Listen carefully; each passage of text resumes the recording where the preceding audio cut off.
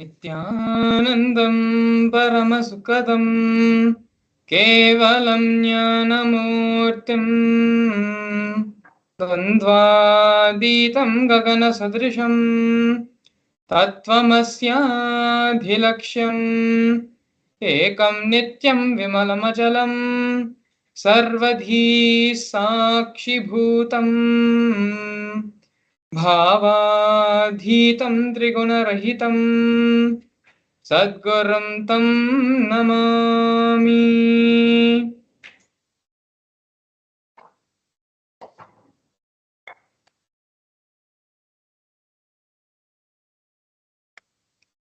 Hello everyone, welcome you all to yet another wonderful Bhava Darshan, manifesting with the Supreme Pontiff of Hinduism, Bhagavan Sri Nithyananda Paramashivam.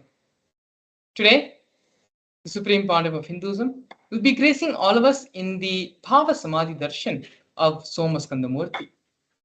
If you're a temple goer and if you follow the various temples and are a part of the various temple festivals, you would have seen or at least glimpsed the Somaskandhar Murthy at least once in any of these festivals or Brahmotsams which are being celebrated. Somaskandhar is one of the most beautiful and most represented form of Paramashiva, which is worshipped and celebrated across every single temple in India. As we get into the session, you will learn more about who is Somaskandhar, the Leela behind the happening of Somaskandhar Murthy, as well as the signs of Bhava Samadhi Darshan. We will also be from the direct powerful cognitions which are represented by Somaskandhar. With those powerful cognitions, we will be going through internalization exercises and to see how we can apply these powerful cognitions in our own life. But before we get into the whole program, I'd like to share with all of you very special and very exciting news, which was released a couple of days back on Facebook. These posts are posted by on the Supreme Pontiff of Hinduism Hinduism's official Facebook handle. The first report is by the News Minute media publication agency, which has published the truth about the Interpol notice, which was allegedly been put on the Supreme Pontiff of Hinduism. All the details and all the references for the information is also in the Facebook page. But if you actually go and if you see and read the Facebook page, the Facebook post, you will see that Interpol has never issued any sort of arrest warrant or any sort of notice against the Supreme Pontiff of Hinduism. Rather, Interpol themselves acknowledge and recognize the Supreme Pontiff of Hinduism as leader of the sovereign state of the United States of Kailasa. So this is one of the most extraordinary news. This is a very, very positive news and very, very good news for all of us Kailashan citizens and for the rest of the world as well. So please take a few minutes of your time to go ahead and spread this news on social media. This post is on the Supreme Pontiff of Hinduism's official Facebook handle in Facebook. And so as you can see here, media reveals the truth about no Interpol notice against the Supreme Pontiff of Hinduism. Pontiff of Hinduism has been recognized by bodies and multiple countries. After baseless rumors spread about Interpol notices being issued against the Supreme Pontiff of Hinduism, media like the News Minute have revealed the truth of no Interpol notice against the Supreme Pontiff of Hinduism, along with clear evidence of letters directly from the Interpol on the same matter. So actually, if you scroll down on this Facebook post, you will see screenshots where the Supreme of News Minute projecting, and if you can see here, it's being projected right now. Letters from the Interpol themselves saying that no notice or any sort of case has been put against the Supreme Pontiff of Hinduism. So this is one of the most extraordinary and one of the good and positive news which has happened over the past couple of days. And please share this news with all of your family members in all of your social circles. The second, which we want to share with all of you, is the United Nations has recognized the persecution on the Supreme Pontiff of Hinduism and has published this on their official website. United Nations publishes another report on the persecution of the Supreme Pontiff of Hinduism on Kailasa's Gurukul and Kailasa's children and women. A report of the special rapporteur on the sale of sexual exploitation of children, including child prostitution, child pornography, and other child sexual abuse materials, on reparation for child victims and survivors of sale and sexual exploitation. The weaponization of sexual violence targeting women and children, especially of minorities' traditions, is part of a more pervasive and systematic campaign targeting certain indigenous spiritual traditions, minority communities, and their leaders.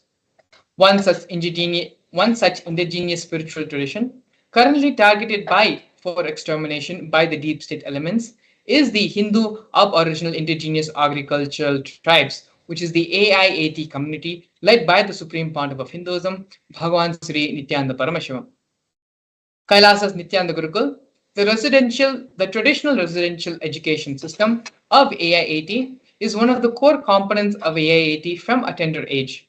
They learn the 64 Vedas, types of knowledge in a unique method of knowledge transmission. Since 2010, deep state elements have fully shut down the indigenous Nithyananda Gurukul, depriving the AIAT children of their fundamental human rights and right to traditional education.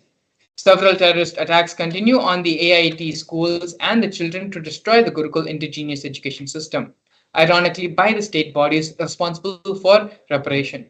So these reports have not only been published to the UN United Nations recognize this as well, and as you can see here, the official website of United Nations for Human Rights, where these reports have been published. The various persecutions on Kailasa, on the Supreme Pontiff of Hinduism, on Kailasa's Gurukul, and Kailasa's women and children. All of this is available freely. You can go and see for it yourself. All the references and links have been linked in the Facebook posts. If you actually go to the Supreme Pontiff of Hinduism's official Facebook handle, these two posts are featured and will be so you can read the post for yourself, and please share and share this message, share this great news which is happening, where the Hindu persecution due to the hard work and sacrifice of the Supreme Pontiff of Hinduism is now being recognized internationally and is being acknowledged and is being properly in the international forums. And so now with this, we're going to enter into the grand narrative of the Supreme Pontiff of Hinduism, having the introduction of the reviver of Kailasa. The Supreme Pontiff of Hinduism was born in the year 1978 on January 3rd in the holy southern town of Tiruvannamalai in South India. At the tender age of 3, in the year 1981, the Supreme Pontiff of Hinduism was initiated into the Bala Sannyas, which is the child saint, by enlightened beings, masters, and his predecessors through a ritualistic ceremony. The Supreme Pontiff of Hinduism was identified as an incarnation by enlightened beings as Yogi Raj Yogananda Puri, Vidwan Panduranganath, and the 130th Guru Mahasannidhanam, which is the pontiff of the 20 Mandaladinam of Kanchi. When the Supreme Pontiff of Hinduism was of 16 years of age, he was coronated by Mata Vibhudananda Puri, the Vedanta Guru of the Supreme Pontiff of Hinduism, also lovingly called as Mataji Kuppamal. You can see there is a conch and a kamandalu, which is the water pot, to the left of the Supreme Pontiff of Hinduism, as well as the wooden staff to his right, all of which are given to the Supreme Pontiff of Hinduism by Mata Vibhudananda Puri. These are the traditional items which are handed over along with the official induction as the successor into the lineage. You can see here the photograph of the Supreme Pontiff of Hinduism standing with Mata Vibhudananda Puri, the Supreme Pontiff of Hinduism's Vedanta Guru, as well as the coronation photo taken when the Supreme Pontiff of Hinduism was inducted as the successor of Arunachala Sarvanyapeetham and coronated to revive Sri Kailasa. Next, we're looking at the early days in the mission of Kailasa into the mission of the Nithyananda Sangha. Here leftmost, you can see the black and white photo where the Supreme Pontiff of Hinduism himself, brick by brick, constructed the temple monastery complex for his guru, Mata Vibhudananda Puri, under the guidance of his gurus. Later, during the years when the Supreme Pontiff of Hinduism started the public mission, the public life, in the year 2001, on the 14th of April, when the Supreme Pontiff of Hinduism was just 23 years of age, the supreme pontiff of Hinduism, established the first Kailasa temple monastery in Tiruchengodu, South India. As you can see here on this photograph, in the supreme pontiff of Hinduism's own handwriting, the annotation is there on the photograph marking and recording this historic date. Here we can see in the year 2002, 1 year later, on the 4th of November, the Supreme Pontiff of Hinduism established the headquarters, Adi Kailasa Sarvanyapeetham, in South India. By the year 2004, when the Supreme Pontiff of Hinduism was 26 years of age, the Supreme Pontiff of Hinduism was conducting mass living enlightenment conventions all across the globe in various countries, taking people cleansing processes of the seven energy bodies. By the year 2005, at the age of 27, the Supreme Pontiff of Hinduism was welcomed with the proclamation message by the Mayor of St. Louis, Francis G. Slade. Here we can see glimpses of the international worldwide conventions of living enlightenment conducted by the Supreme Pontiff of Hinduism.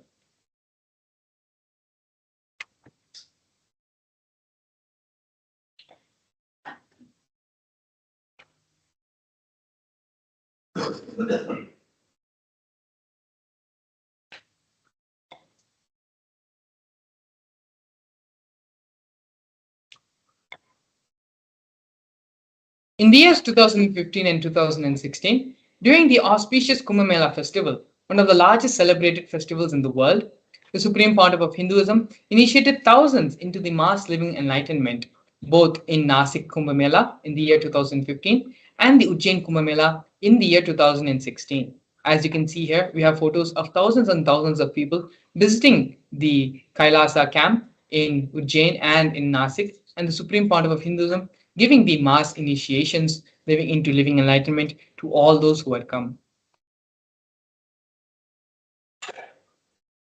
We are now going to be looking at the various coronations of the Supreme Pontiff of Hinduism. The first one being when the Supreme Pontiff of Hinduism was just 10 years of age. The Supreme Pontiff of Hinduism was coronated as the 233rd Guru Mahasannidhanam of Kanchi Kailasa Sarvanyapeetham, which is the Tonde Mandala Adhinam. In the year 2004, on December 31st, the Supreme Pontiff of Hinduism was coronated as the incumbent emperor of the Suryavamshi Surangi Samrajya. In the following years, the Supreme Pontiff of Hinduism was coronated as the present 23rd Guru Mahasannidhanam of Dharmamukti Swargapuram. In the year 2012, the Supreme Pontiff of Hinduism was coronated as the 293rd Jagat Guru Mahasannidhanam of Kailasonatha Shyamlapita Sarvanyapeetham.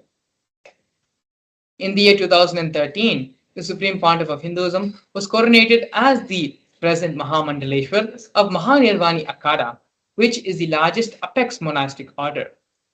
In the year 2014, the Supreme Pontiff of Hinduism was coronated as the 1008th Acharya Mahamandaleshwar, which is the head of all spiritual leaders of the Atal Akhada, which is the ancient apex body of Hinduism. In the year 2015, the Supreme Pontiff of Hinduism was coronated as the Supreme Pontiff of Hinduism, elected by a congregation of over 1,000 Hindu leaders, pontiffs.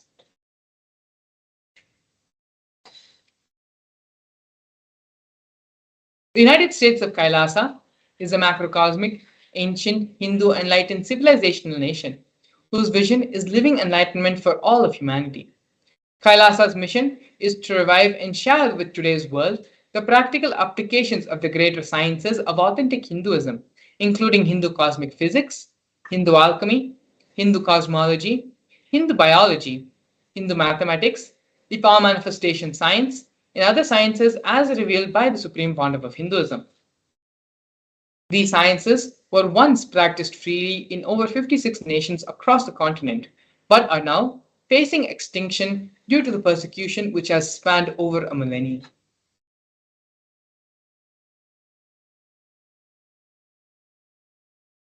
Here we can see the various Sri Kailasa initiatives, Sri Kailasa United Nations initiatives. Sri Kailasa Uniting Nations initiatives support a variety of humanitarian services which collectively allows for the creation of an enlightened, peaceful, sustainable, equitable, resilient, and thriving world.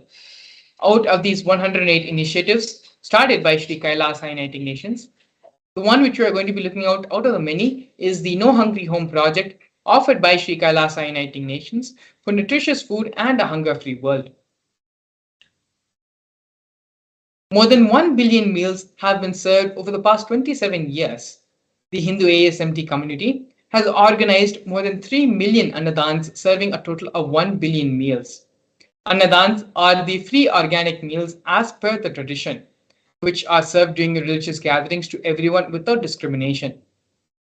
Up to 10,000 meals are served on a daily basis, free of cost, and this number rises to up to 100,000 on festival days.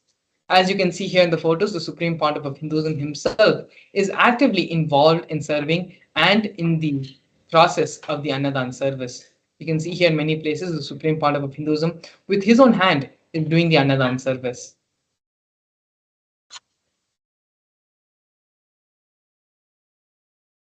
Here we can see Kailasa's protective and preventive COVID care centers offered by Sri Kailasa Uniting Nations for affordable and holistic health care.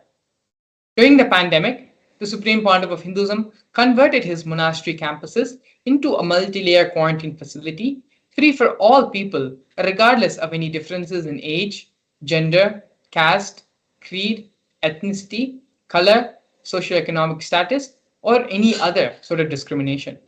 Not only that, but food, shelter, internet, as well as other basic facilities, including free medical care, were provided to all the residents for an indefinite amount of time. More than 30 million citizens followed Kailasa's 28-day spiritual regimen in the year 2020.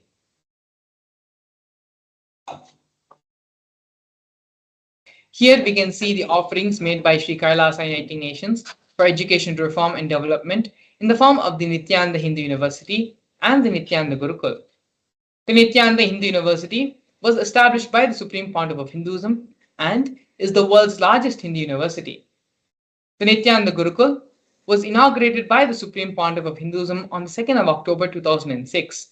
The Guru Disciple Education System, which is an authentic knowledge transmission system based on enlightenment. Nithyananda Hindu University has more than 20 million enrollments, 7,000 free courses, and has extended campuses in more than 150 countries.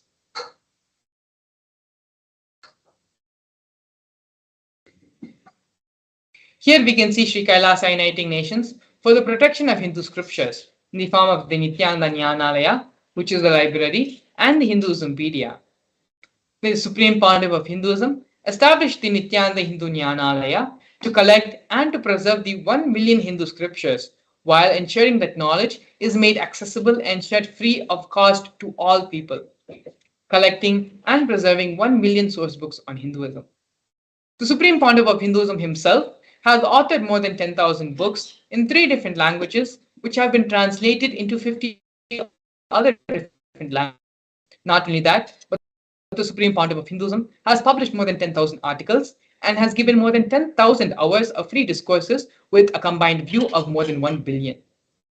The Hinduismpedia is a project offered by the Supreme Pontiff of Hinduism, while the Supreme Pontiff of Hinduism has collected more than 15 terabyte of digital material and rare manuscripts from all the 19 Sarvangapitas, ancient mats, and is inclusive of over 1 million pages on Hinduism, 22,000 digital books, 1,000 e-textbooks, and more than 100,000 articles on various topics in Hinduism.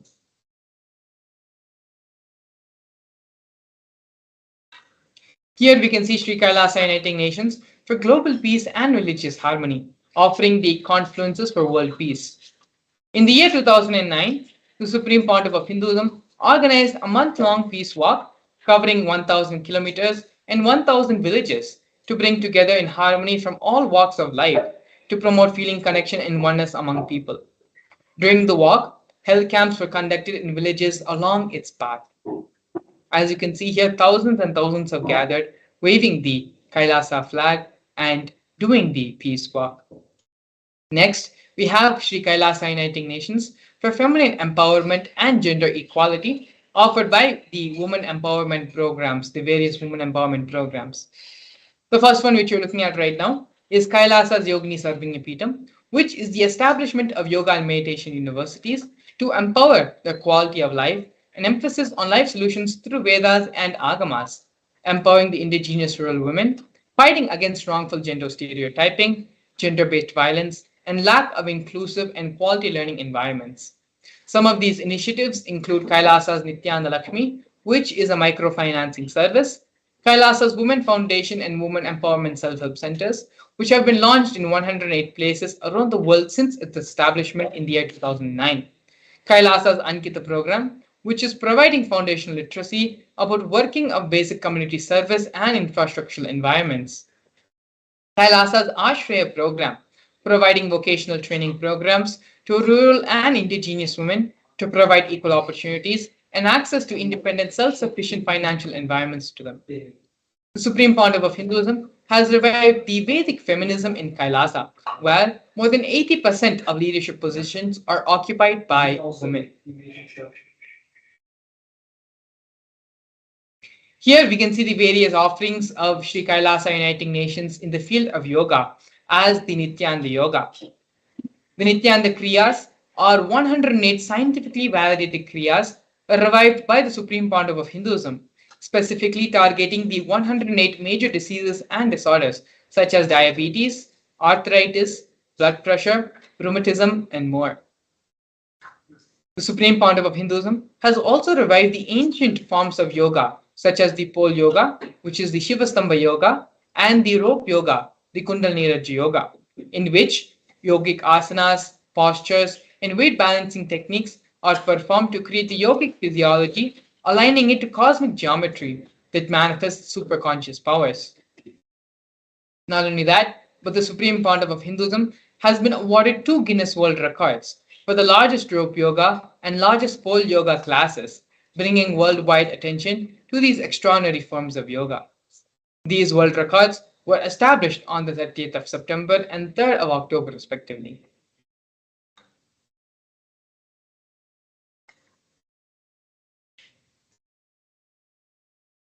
Despite being heavily persecuted continuously for more than a decade, the Supreme Pontiff of Hinduism, in his unwavering intention, commitment, and action in building the only Hindu nation, has established the sovereign state of the United States of Kailasa to protect, revive, and preserve Hinduism, the most ancient, most peaceful, still living, and long lasting demonstrable system that shows the possibility of peaceful coexistence amongst people.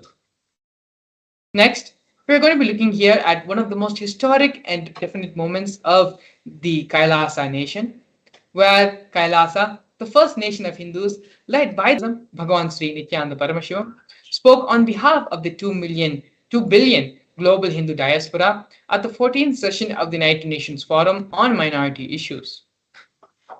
A significant milestone in the history of Hindus and the sovereign state of Sri Kailasa happened on the 2nd of December 2021. His Excellency Shri Nitya Moksha Priyananda, Ambassador Extraordinary and Plenipotentiary of Kailasa, represented the persecution of Hindus at the 14th session of the United Nations Forum on Minority Issues.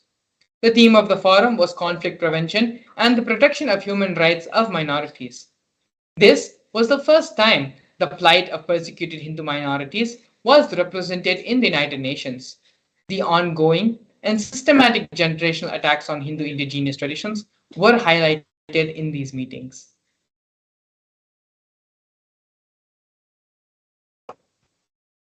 Here, we're looking at the various attempts by the state and non-state actors on the Supreme Pontiff of Hinduism's life and on Kailasa.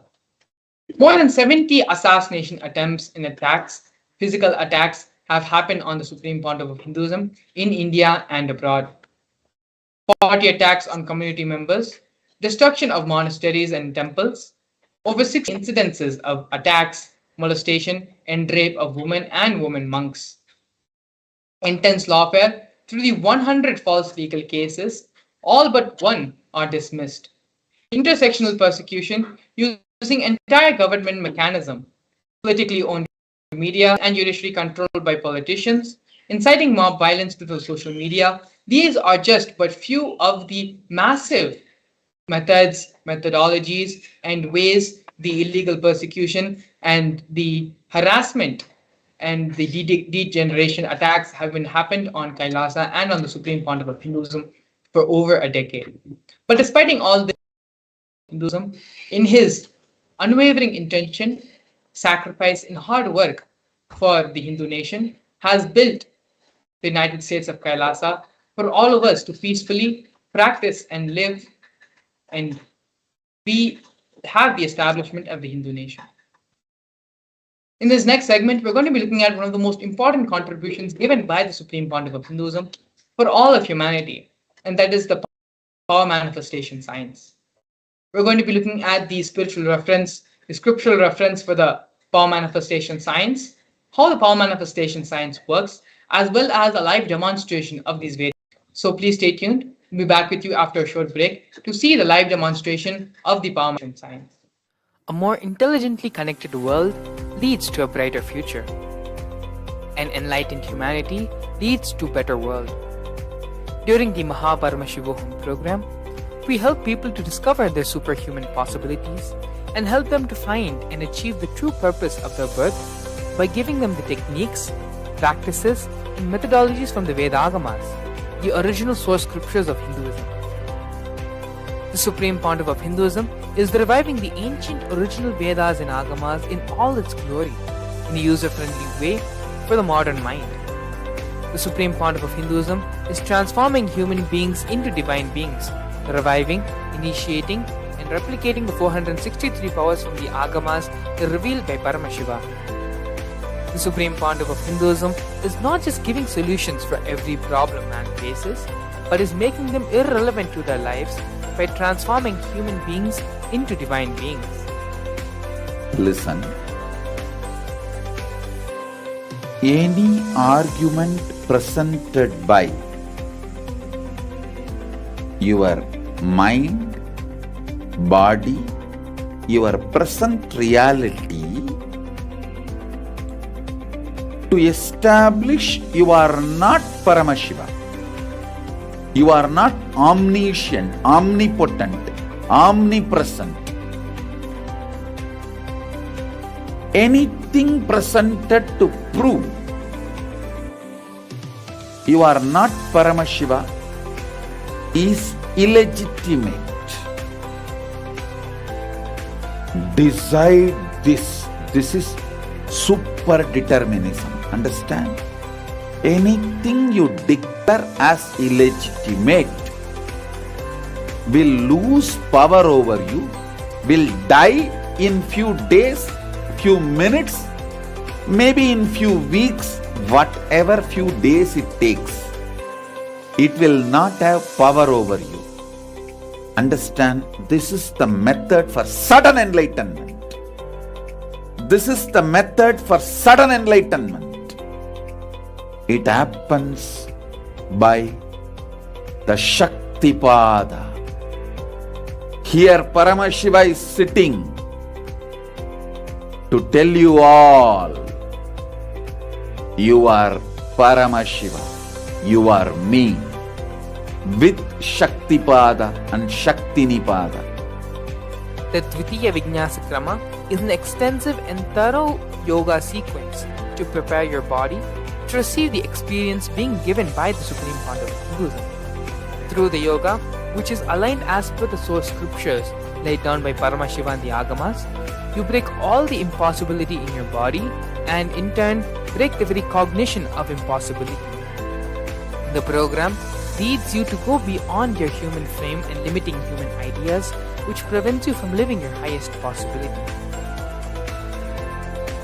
I will reach you wherever you are, whichever corner of the world you may be. I will reach you with enlightenment. Again I tell you, I am not here to prove I am God, I am here to prove you are God. Don't wait to become divine. Register now at paramashivoham.org.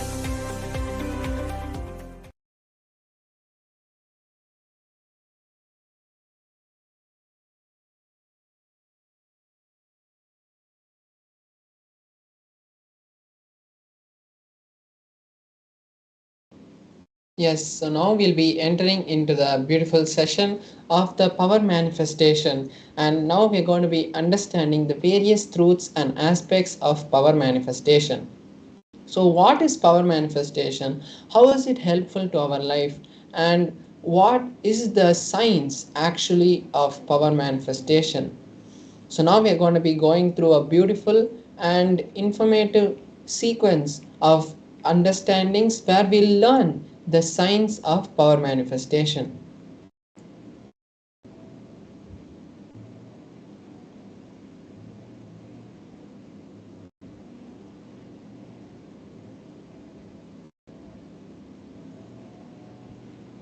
So, in the Vedagamas, the source scriptures of Hinduism, Paramashiva elaborates in detail that every human being is hardwired to be able to manifest the 463 Shaktis of Paramashiva. Manifesting Shaktis are described in a detailed systematic method and science for human beings to explore the various sciences and the various Shaktis of Paramashiva. The manifestation happens from the fundamental cognition that you are divinity and not the cognition that you need to reach divinity.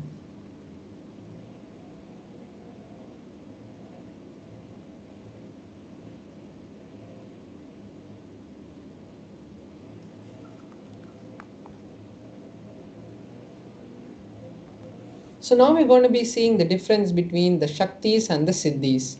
Shaktis express from the space of enlightenment, whereas the Siddhis manifest from the space where you are reaching enlightenment through various penance and hardships. That time the Siddhis manifest. Shaktis are the source of enlightenment, whereas Siddhis manifest only in the path of enlightenment. The Shaktis, on the other hand, are a blessing for every human being. Means every human being after the initiation of a living incarnation or an enlightened master can manifest the Shaktis. Siddhis happen only after lots of hard penance. The Shaktis also are permanent, whereas the Siddhis are not permanent and they divert us from the path of enlightenment.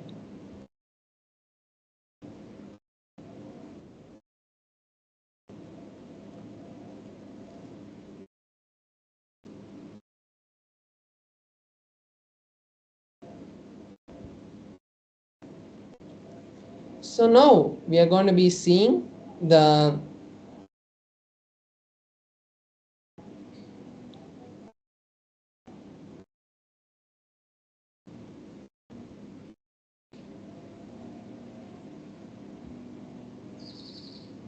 Yes, so now we are going to be seeing the various pramanas or the scriptural, the references, and the way the powers are authenticated.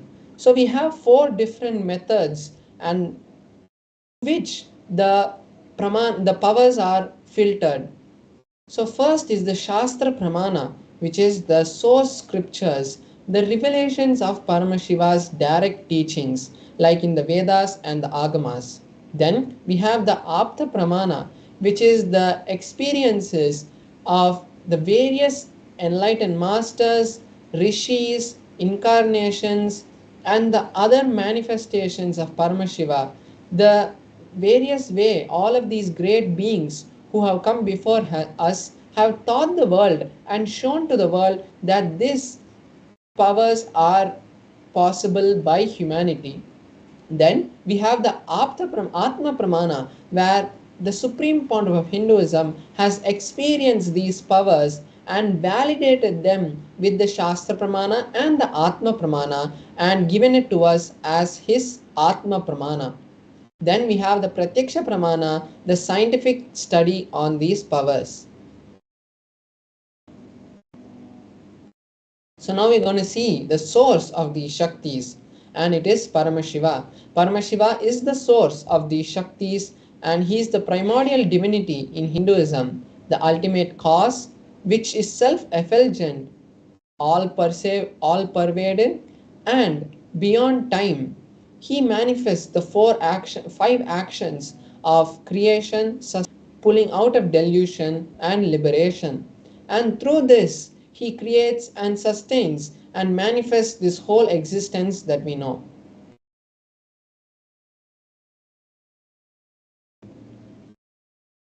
The direct words of the Supreme Pontiff of Hinduism, he says that every ultimate truth, when a powerful cognition is mapped into the consciousness, our individual consciousness, it manifests through every human as Shaktis. Now we're going to be seeing the detailed pramana for each of the pramanas that we have. So first we're seeing the Shastra pramana, which is the source scriptures, the scriptural references for the power of the third eye. So Paramashiva in the Vijnana Bhairava Tantra and Agama reveals the signs of various Shaktis to Paramashiva Shakti, and now we'll be seeing the 34th verse of the Vijnana Bhairava Tantra, where Paramashiva has given us the detailed description of how the powers manifest from the third eye. He says, Kapalantar manonyasa tishtan milita lochanaha kramena manaso dhadyat lakshayet lakshyam. Paramashiva says, by fixing the mind within the crown center, sitting stably without any movement, having the eyes in succession to the third eye, one whose mind is stable is able to see beyond the sight and has the ultimate darshan of the lakshyam, which is the ultimate goal, and has the vision of any place or any object beyond his sight, and he attains the space of oneness with the source Paramashiva. Now we'll be seeing the Apta Pramana, the experiences of various enlightened masters who have come before us. So here we have the beautiful scripture reference from the Mahabharata, where Bhagavan Shri Krishna gives Arjuna the initiation into the third eye. Arjuna asks Bhagavan Shri Krishna that he wants to see the cosmic form of Bhagavan Shri Krishna. So Bhagavan Shri Krishna in the 8th chapter of the 11th verse initiates Arjuna into the third eye by saying, you cannot see my cosmic form with these physical eyes of yours. Therefore, I grant you the divine vision of the third eye. Behold my cosmic form. And then Arjuna gives a detailed description of each of the various aspects of that beautiful Vishwarupa Darshana in the 11th chapter. Next, we'll be seeing the Atma Pramana, how the Supreme Pontiff of Hinduism has experienced these things, these powers in his own life. So in his own words, he says, the first experience that I had, I was able to see above me, below me, the whole 360 degrees and the 10 directions. Not only I was able to see, I was able to feel and experience all that around me as me. So we can see here how directly the Supreme Pontiff of Hinduism's Atma Pramana, his own experience, is matching with the Shastra Pramana. Next, we are seeing the Pratyaksha Pramana, which is the scientific study on the powers. So they had conducted an experiment directly on the Supreme Pontiff of Hinduism, and they had conducted the positron emission tomography test on the Supreme Pontiff of Hinduism's brain, and at that time they found high amount of radiation and energy being radiated from the frontal lobe where the third eye is, and the same readings from which they had seen in the scans of the Supreme Pontiff of Hinduism has been replicated in the Balasans and the various yogis who have also gone through these scans. Now we'll be seeing one of the powers that manifests from the space of the third eye, which is the matter. The scriptural reference for this is from Vijnana Bhairava Tantra, Sutra 120, Dharana 95. Paramashiva says, Kvachid vastuni vinyasya shane drishtim nivartayet tajnanam chitta sahitam devi shunyalayo bhavet. The translation is, having fixed one's eyes on a particular object, vastu, one should slowly withdraw the gaze and the sight from that object, as well as slowly eliminate the knowledge, thoughts, and impressions from that object. Then, O Devi, one abides in Shunya, the state where there is nothing other than this exists, the space of all inclusiveness or infinity. So here we can see how Paramashiva has given us a detailed explanation of each of the steps of how to manifest this power. Now we are going to be having a live demonstration of this power, where I will be manifesting the power of consciousness over with my Atmalinga. So now we'll be moving to the close-up camera, where you'll be able to see the demonstration, and we'll be showing you how authentically this power is being manifested.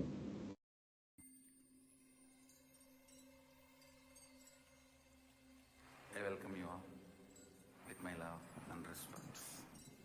Let you all open all your three eyes. Om Nithyananda Paramashivam.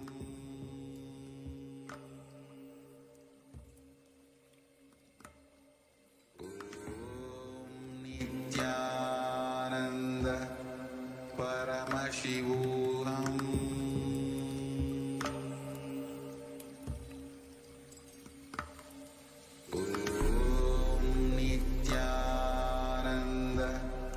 Paramashivam.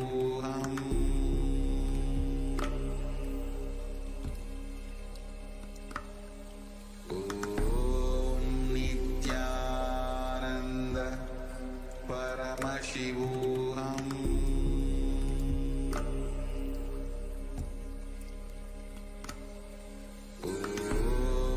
Nithyananda Paramashivam.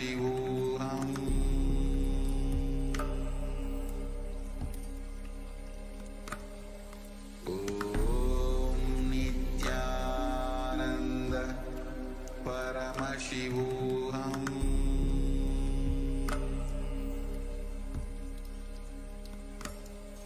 Om Nithyananda Paramashivam.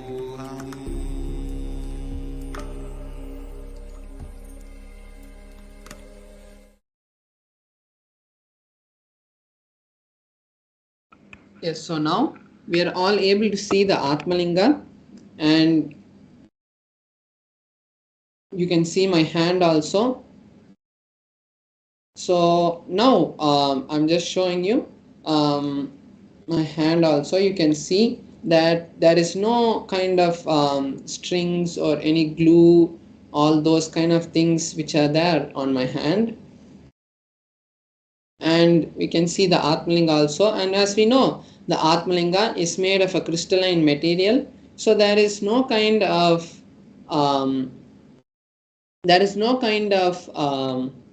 magnetic thing that can be used to make the Atmalinga to move. And also I have a tissue paper here, so I'll be just circling the Atmalinga with this tissue paper to show that even when the Atmalinga is placed on my palm, there's no kind of strings which are being used to move the Atmalinga or anything. So by doing that, we are making the power as authentic as possible.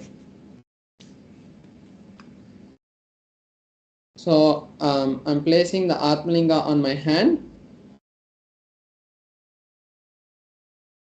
and here I have the tissue paper, and I'm just circling the Atmalinga to show you that even when the Atmalinga, when I'm moving the tissue paper around the Atmalinga, there is no kind of movement which is happening in the Atmalinga, showing that there is no external thing that is being used to create the movement in the Atmalinga. So now I'll be connecting with Paramashiva, and as we saw in the scriptural reference, the detailed instructions which have been given directly by Paramashiva on how the Atmalinga, how the consciousness or matter happens. So now I'll be manifesting that. I will be doing the same, and I'll be chanting the Mahavakya and connecting with Paramashiva, And then when that happens, we will all be seeing that the Atmalinga stands. So I request all the viewers also to take this time now to create the same reality in your life also. So either you can manifest this power, or you can create a reality, you can share with us a reality that you want to manifest in your life, and then when we manifest the power, we will be seeing directly Paramashiva manifest that reality in your life. So now I'll be chanting the Mahavakya, and we will all be seeing the beautiful manifestation of the Atmalinga. So you can also chant along with me. Om Nithyananda Paramashivoham. Om Nithyananda Paramashivoham. Om Nithyananda Paramashivoham. Om Nithyananda Om Nithyananda Paramashivoham. Om Nithyananda Paramashivoham. So as the Atmalinga is moving also, I want to show that there is no kind of movement or no kind of external thing that is being used to create the movement in the Atmalinga. Om Nithyananda Paramashivoham. Om Nithyananda Paramashivoham. Om Nithyananda Paramashivoham.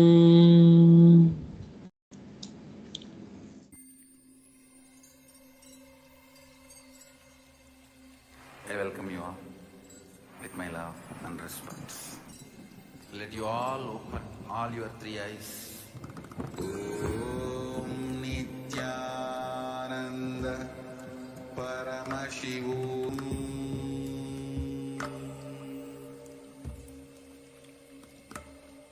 Om Nithyananda Paramashivam.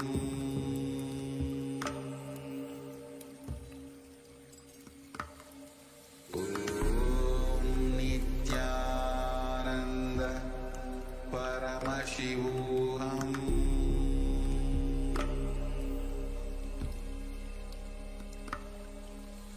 Om Nithyananda Paramashivam. Om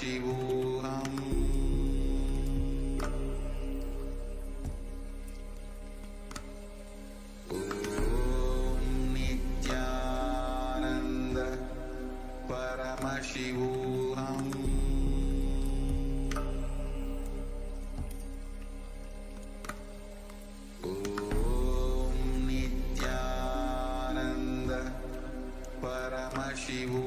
Om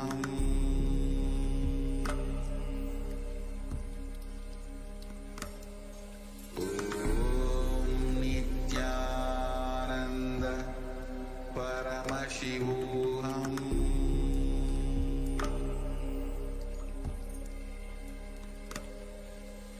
Om Nithyananda Paramashivam.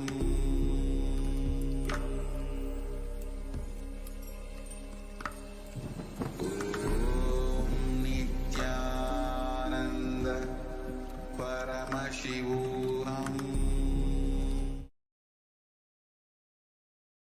Yes, so now we have seen the beautiful manifestation of the Atmalinga, and now this is the best opportunity for all of us to take, best time we can take to create the reality of Mahaparamashivoham, where we'll be learning to manifest this kind of Shaktis And the goal of this consciousness or matter is not to just move the matter, but it is to create the realities that we want. It is to have a personal, intimate relationship with Paramashiva and create a better future for you and your family. Because in the Mahaparamashivam, you'll be learning lots and lots of powerful cognitions which you can use in various situations of your life to create a better future for you.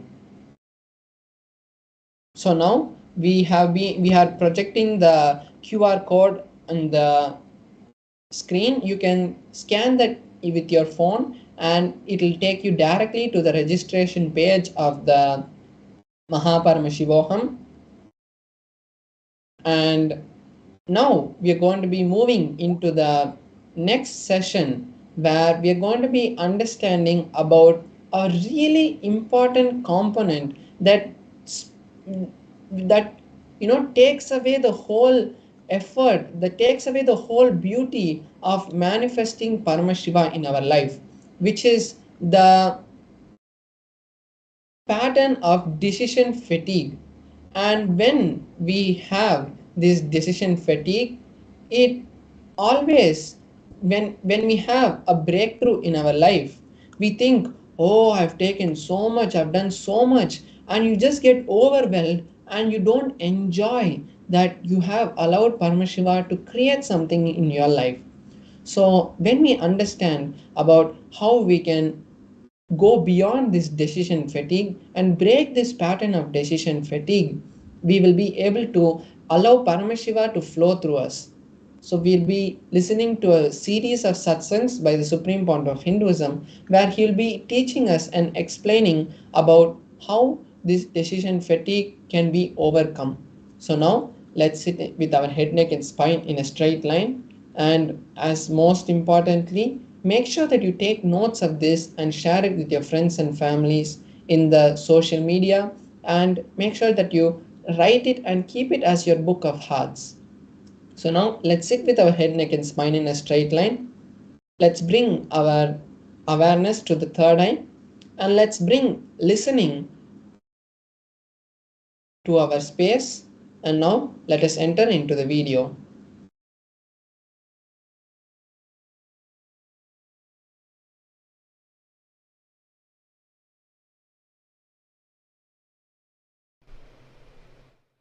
Fatigue decision or decision fatigue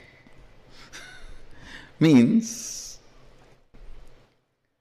fatigue which happens to you by making decisions. Actually, decision fatigue is fatigue decision. Listen. Decision fatigue is nothing but fatigue decision. I'll explain. When you decide to superimpose elephant on a wooden sculpture, elephant, the fear or greed or other emotions, opinions associated with elephant gets aggravated in you. When you go through that ups and downs, incompletions, you become tired. Listen carefully. Yesterday I was discussing with some of the Adinvasis preparing for Sadashivoham. Actually, whole day nothing is being done other than making few phone calls.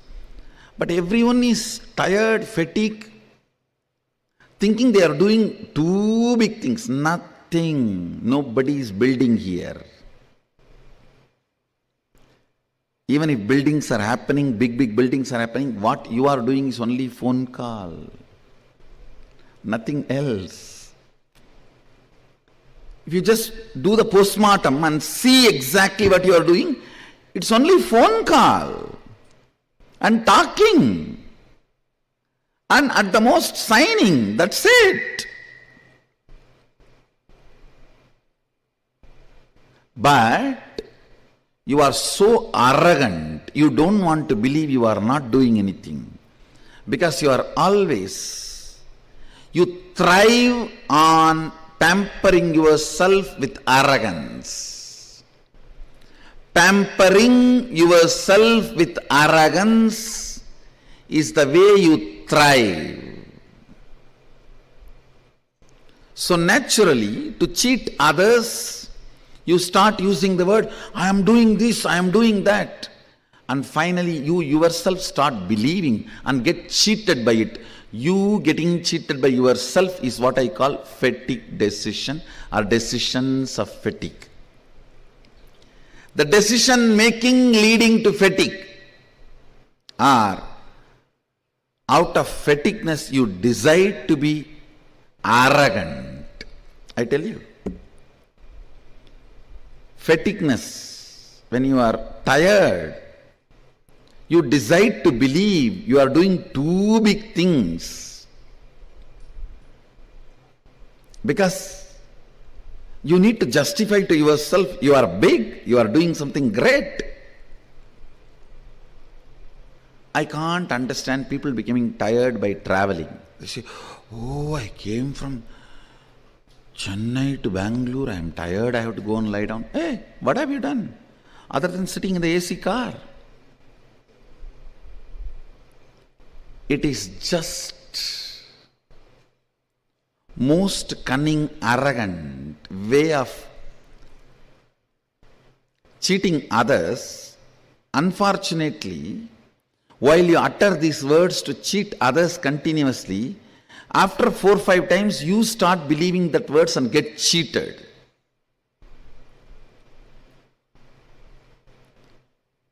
Get cheated terribly, understand?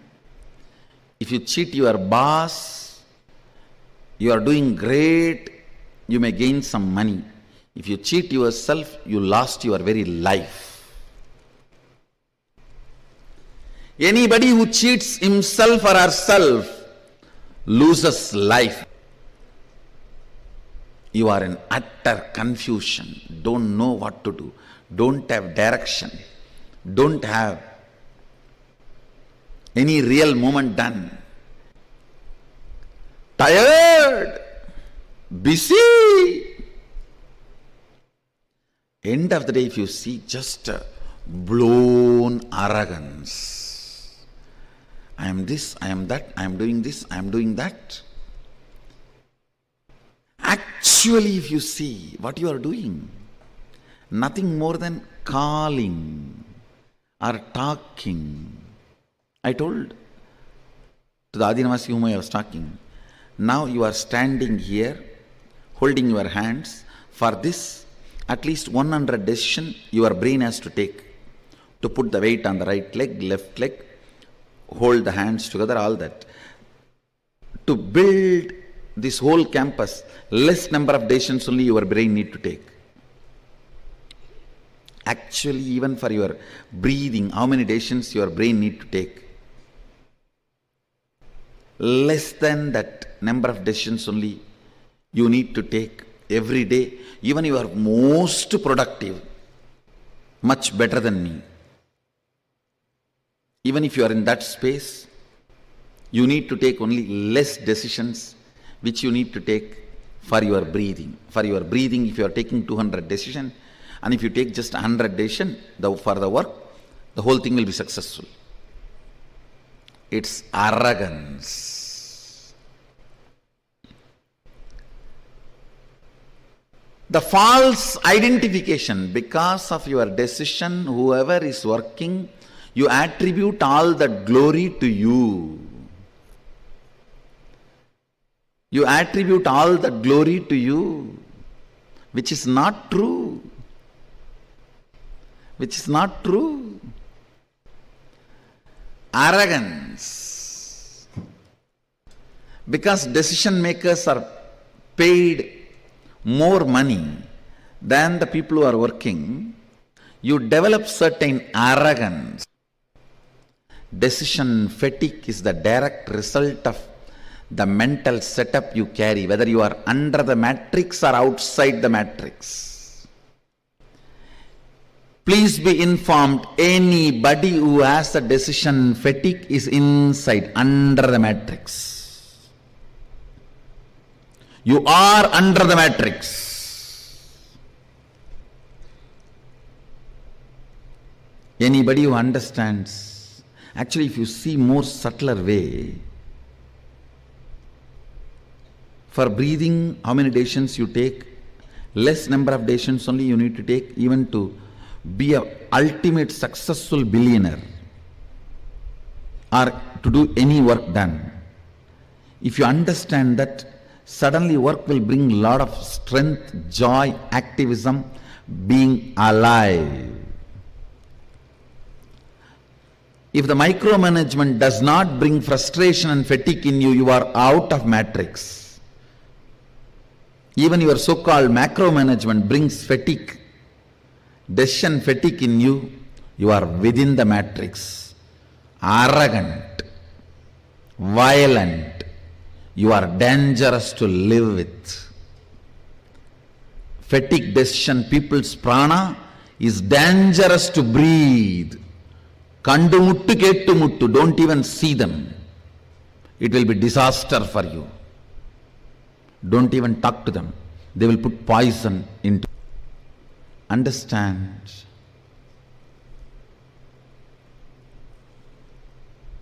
Most of your problems, stupid thing called decision fatigue and arrogance developed due to decision fatigue destroys your life, and matrix always pampers it. If you come down to the existential ground reality and see your life, nothing but a few decisions I took, which is as easy as breathing, few words I uttered, which is as easy as flirting, few signatures I made, which is as easy as autographing. That's all. Nothing else is done. If you understand that, you will be a light being. You will be young forever.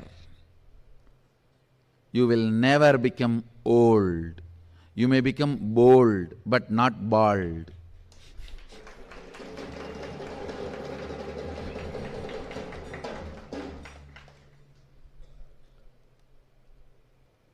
If any thought current makes you believe you are working, you are tired, you need to be pampered, you are worthy of this, that, they will destroy your life.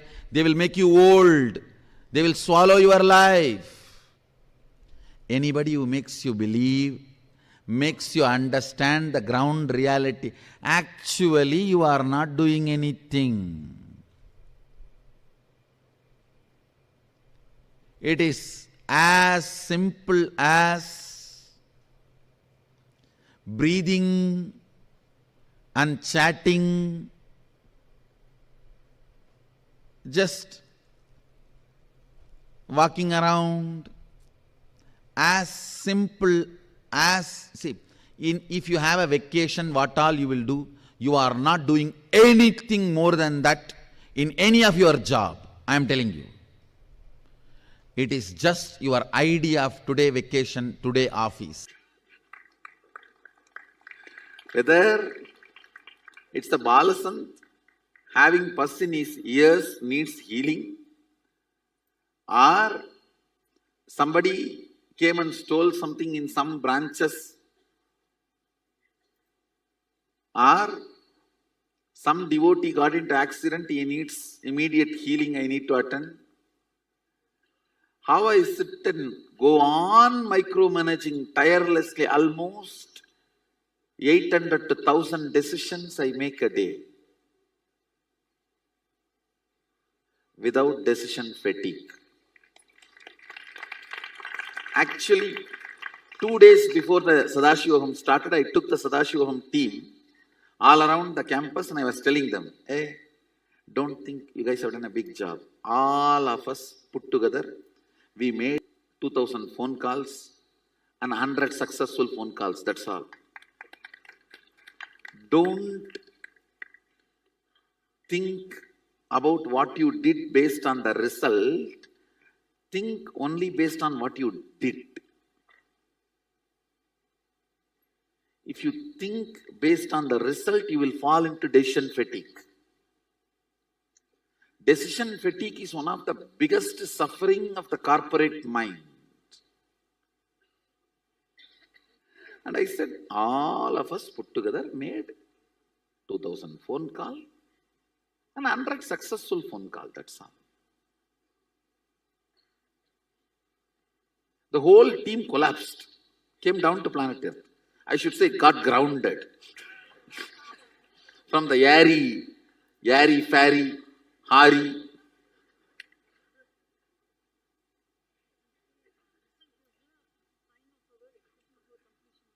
Result is the sign of our completion, but based on result, you cannot assume what you have done.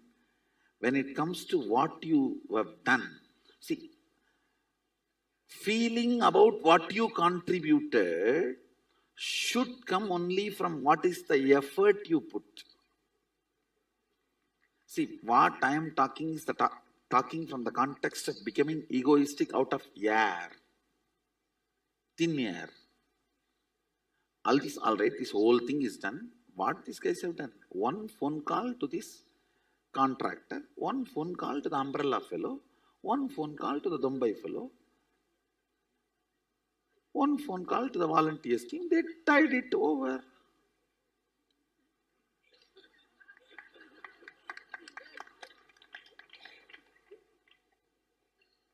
Oh. Let us come down. So that is what exactly I feel about I just come and blush with the deities for a few minutes and go around, tease some of the brahmacharis and make fun of these balasans, and then come back and sit and just spend a little time asking some questions and answering some questions. Sometimes questioning your answers and sometimes answering your questions. Go back and rest back into Samadhi. That's all. You not building castles in the air about your contribution, you away from denial and keeps you grounded about life. The decision fatigue is all about entertaining denial. When you entertain denial, listen carefully.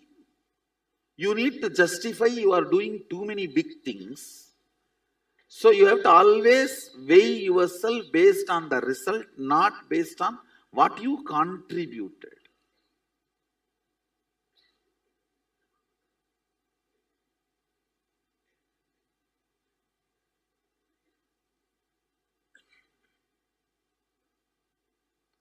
This is one of the biggest corporate problem. And I tell you, decision fatigue damages your liver and intestine. If you remove decision fatigue from your life, you will grow younger. Decision fatigue starts as delusion, ends as disease. Decision fatigue starts as delusion, grows as disorder, ends as disease.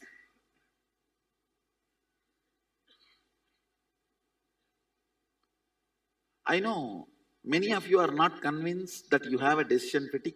You all feel that really you are contributing something.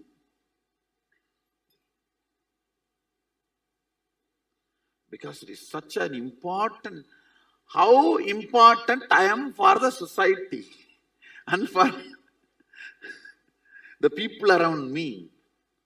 That is one of the important food you eat. That is being now denied. Understand, listen, you may now think, How the length and this denial is connected? Whenever you decide, I will not put my energy on lawyer, engineer, multiple things, and I will put only in one, you will start seeing your efficiency to engage with life drastically comes down due to boredom attack. You always think, I will put all the 12 hours into the law and master, and you forget to understand called boredom, which will be attacking you.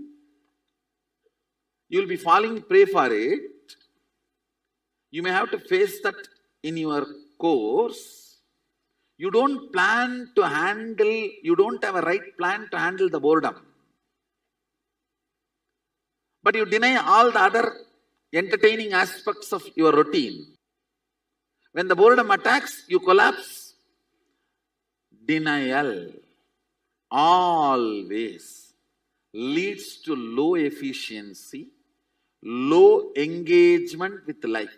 When the engagement with life comes down, depth of the boredom increases. Depth of the boredom, denial, less engagement with life, decision fatigue is all one and the same. How many of you?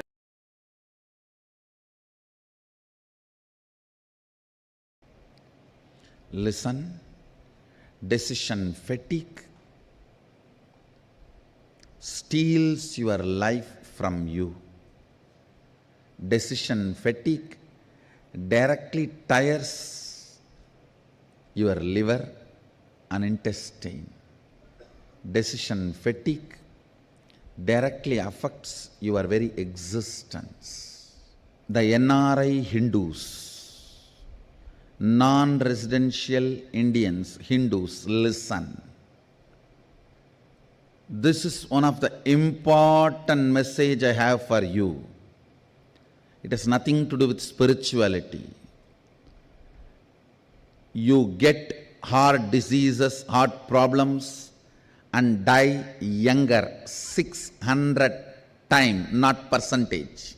Listen, 600 times. Listen to me once more, not percentage. If you want, Google it. I again and again read that line. No, is it percentage or time or spelling mistake or error? So I landed upon one or two articles saying 600%. Then I went through again and again, larger number of articles and more authenticated papers published with the original names and the organization names which did research are talking 600 times. Even I could not understand. But I can give you the original reference. 600 times you are more prone to the heart problem, heart disease, death. Reason is, I tell you, decision fatigue. Only one reason, decision fatigue. If you are an NRI, 99% of you are in white collar job. Only the construction workers in Dubai, few working class in Malaysia and Singapore, like this exemption only does blue collar job. 99% of you are doing only white collar job. Then what is the need for you to die so early? One and only, decision fatigue. If I can make NRI community understand decision fatigue from the angle of physical, physiological, psychological, not even from the angle of spiritual. Because still,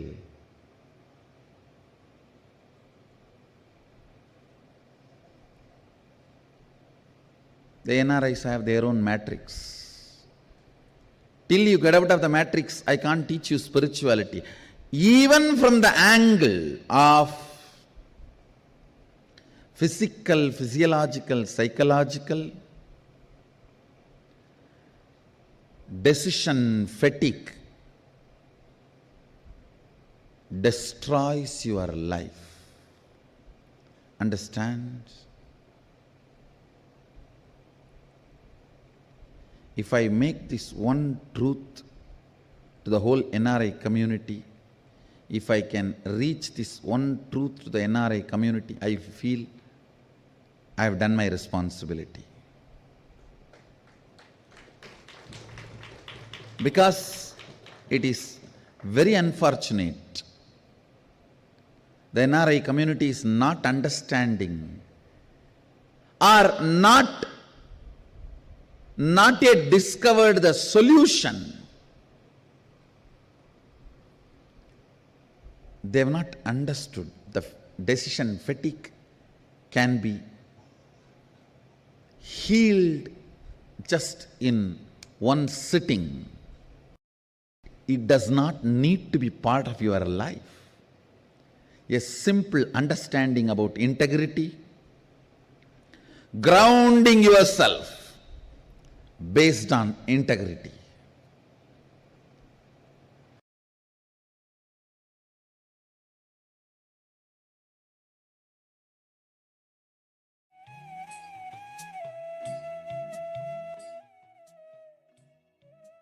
Yes. Very beautifully, the Supreme Pontiff of Hinduism expanded on the topic of decision fatigue and how it's one of the problems which humanity is suffering the most from. As Swamiji himself has told, it is decision fatigue, not anything else, which is causing the NRI community to die at such a very early and young age. Despite not being physically or mentally or psychologically stretched to that extent, where most of them are working only white collar jobs, but still the death rate and the longevity of the NRI community is small because of this one thing, because of decision fatigue. Decision fatigue, as Swamiji had also shared, is one of the most difficult things for us to accept and come to terms with, that we all are suffering from decision fatigue.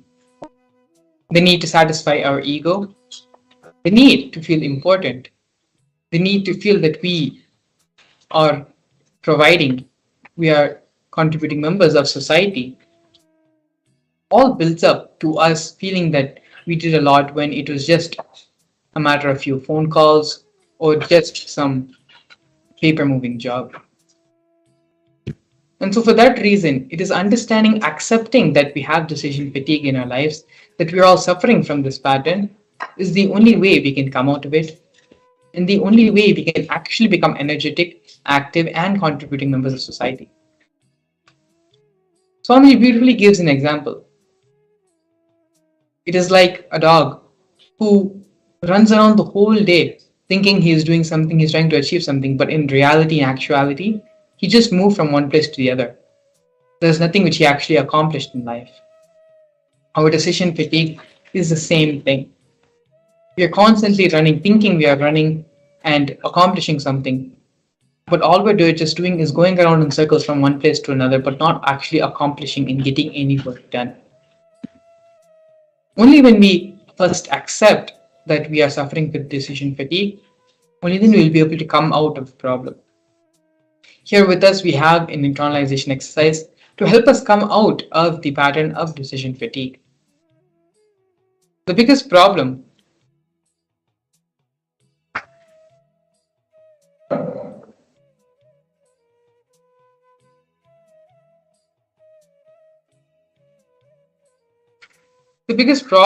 is going to be inability to handle boredom. Human civilization will collapse due to boredom if we don't teach people to conquer time. It is time people learn the science of conquering time. See, something has to pull you towards the future. You can't always be pushed from the past. This is a beautiful understanding Swamiji gives. And if you see, we are actually already suffering from these problems today. With the exponential growth of social media, the advent of social media platforms like TikTok, where the attention span of a person, of an individual, of as an individual, is not more than 10 to 15 seconds, where the videos which you upload itself is limited to only 30 seconds. That is the maximum amount span a person is going to give you before they continue to scroll, before they continue to move on to something else. We have already entered into that age of boredom, where a continuous stream of information, of entertainment, of different types of entertainment can only satisfy you and keep you engaged and keep you in a solidified state. You start becoming restless, you start becoming bored. Maybe a small version of hypertension starts happening in you. This will only lead to further and further stress, further and further anxiety, and further hypertension in an individual. We are already entering into that era of boredom. And unless we understand these powerful cognitions about decision fatigue, about conquering time, is going to be suffering from boredom, and we're always going to feel life is a pain, life is depressing. Unless we have the inspiration to move forward, to get pulled forward towards life, we're always going to be pushed from the past.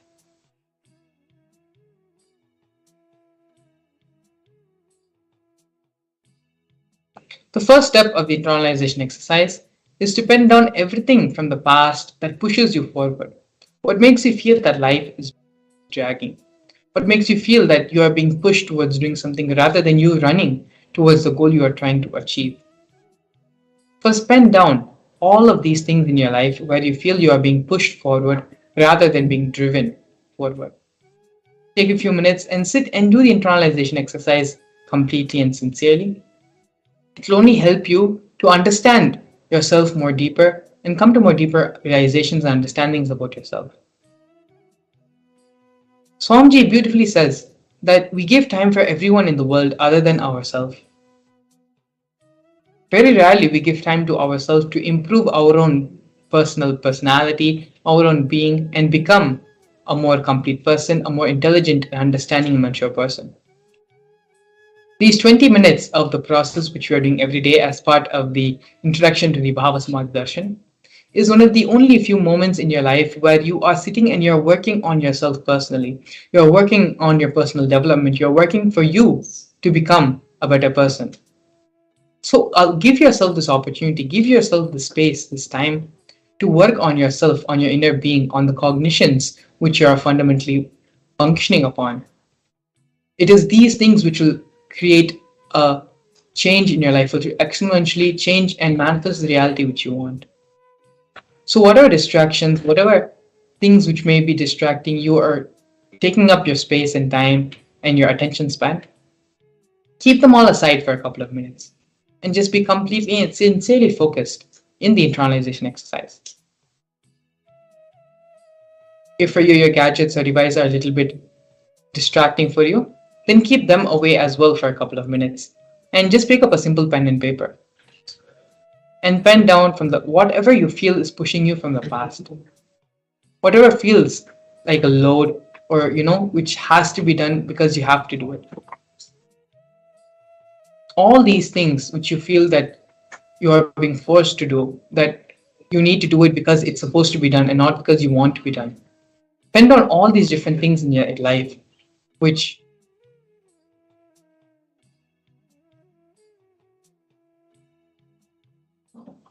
this is a guided meditation process, a guided exercise, and we'll be here with you every step of this process to help you overcome and come out of your decision fatigue patterns. So now please take a few minutes and sit and start penning down. Everywhere in your life you feel that things are happening out of routine, things are happening because it has to happen in a completely uninspired way, which needs to be done and which you feel is a load on your life.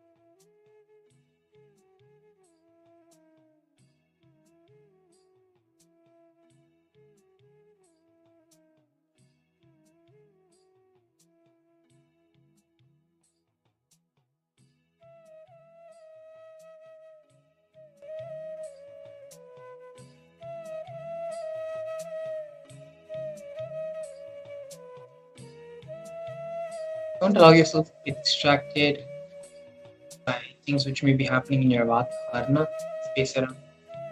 Allow yourself to be completely integrated, completely focused. Exercise. Coming out of the decision fatigue pattern, doing so much of energy personally in everything which you do. Not only will so much of energy come, you will really accomplish start accomplishing starts getting accomplished. The feeling that I'm doing so much of work, but still nothing is happening. The truth is that that much of work is actually not being even put in. But make yourself feel important to satisfy the ego of yourself that you are important and you are contributing. You are someone who society needs, who's valued by society. It is unfortunately and ironically the same ego which is preventing you from actually being a contributing member of society. So during this process and coming out of the decision fatigue pattern, as Swamiji shared earlier, is the only way you can actually really have the energy boost which you need in your life for you to manifest and make things happen the way you want it to happen. This is the ultimate of a personality development, personality change, which you can call, but ultimate life transformation cognition, which you can start carrying to manifest, make things happen in your life the way you want it to happen. Please sit sincerely and do the exercise. It doesn't need to be even a serious process, it just needs to be sincere. Sincerely go through, analyze your life, and identify all the places where you feel things which you are being forced to do in life, things which you have to do in life are happening because they are put a load on you, not because you're doing more meditation. Identify all these things. And once this is done, we can move on to the next step. To take a few more minutes. Sit and identify your past, everything from your past, which makes you feel that life is a drag. You are being dragged by life.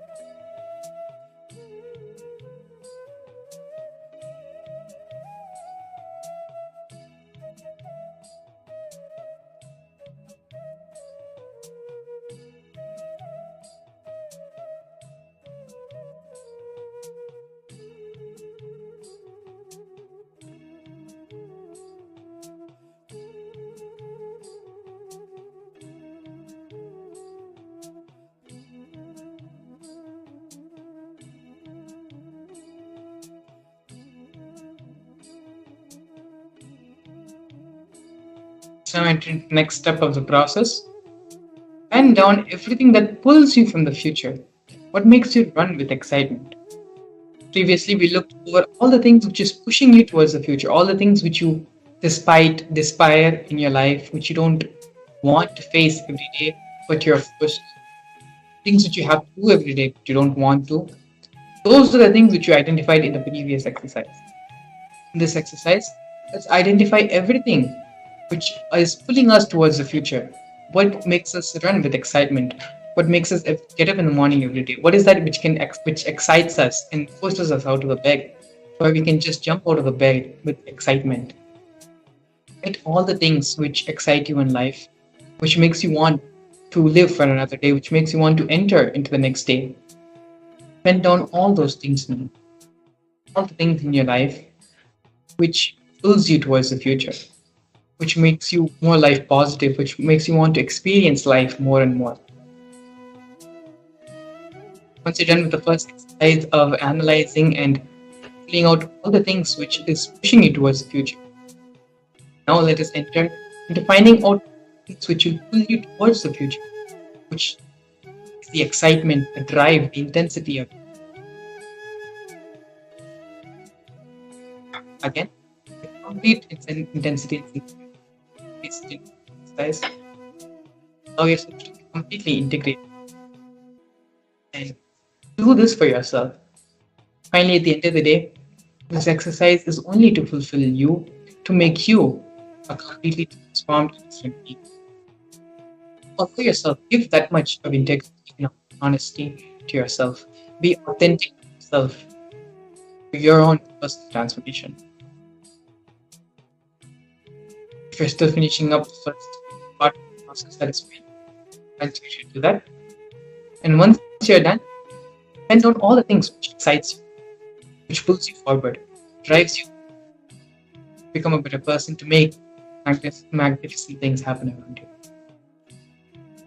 Now start the second process, exercise.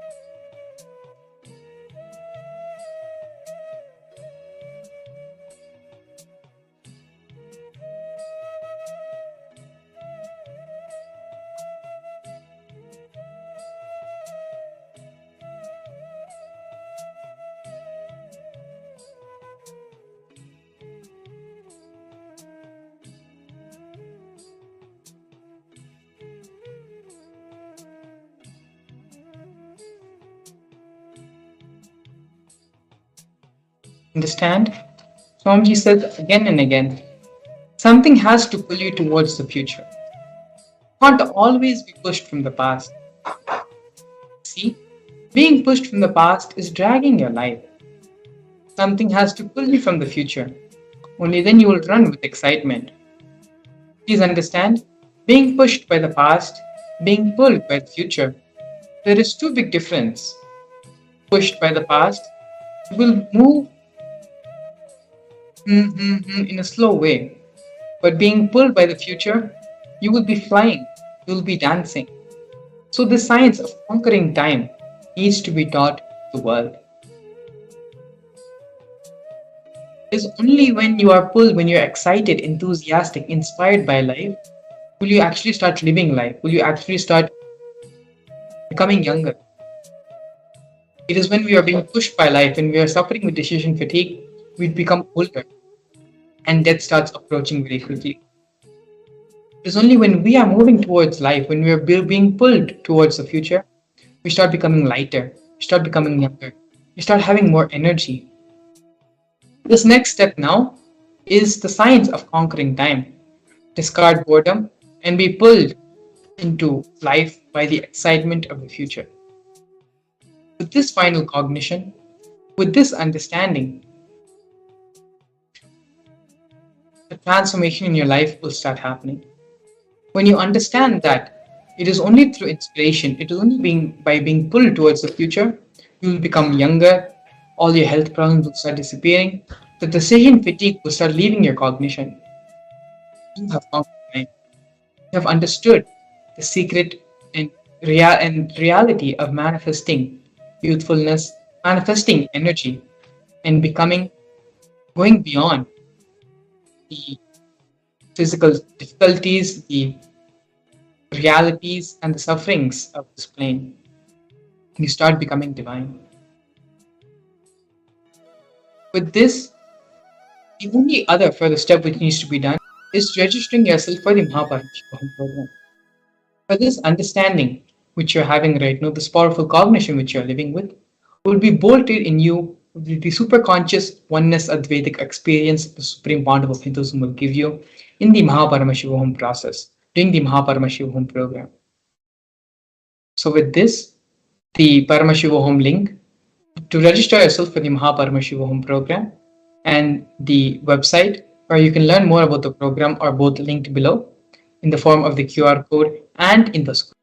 And so with this, take this time now to cement this cognition in your being and register yourself for the Mahaparamashivam program to have the complete establishment of this experience in your cognition in your being.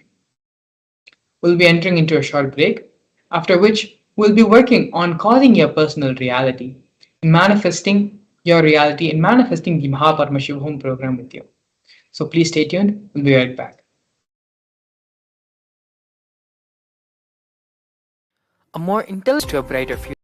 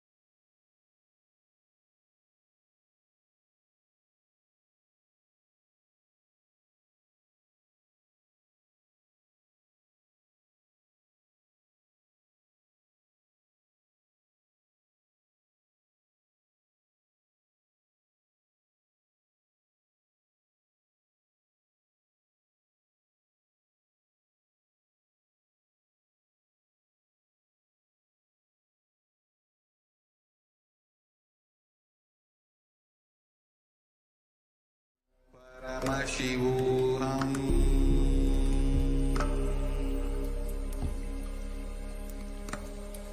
Om Nithyananda Paramashivam.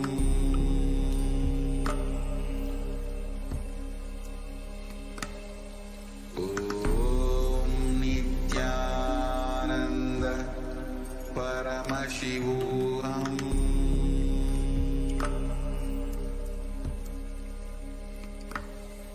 Om Nithyananda Paramashivam.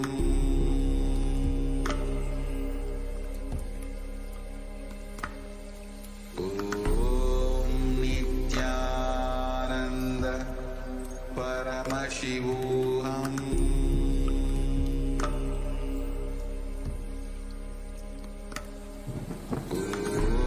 Om Nithyananda Paramashivam.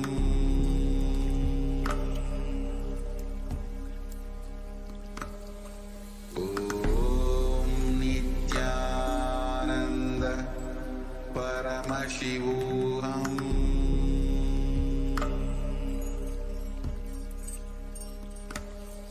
Om Nithyananda Paramashivam.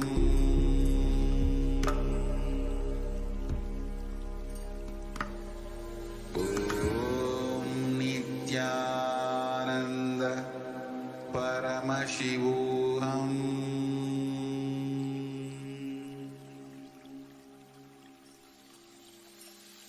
I bless you all.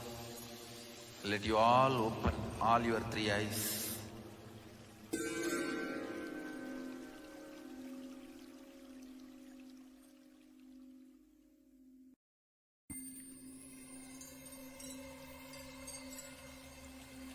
I welcome you all with my love and respect.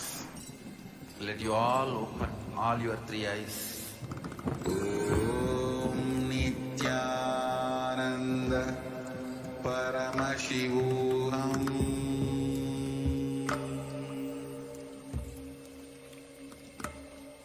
Om Nithyananda Paramashivam.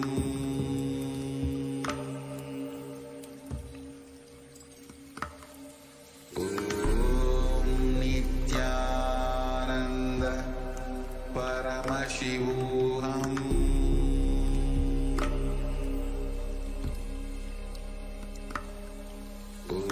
Om Nithyananda Paramashivam. Om Nithyananda Paramashivam. Om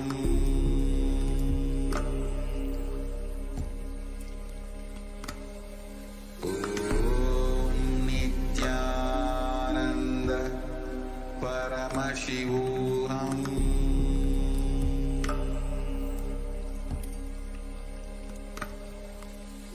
Om Nithyananda Paramashivam.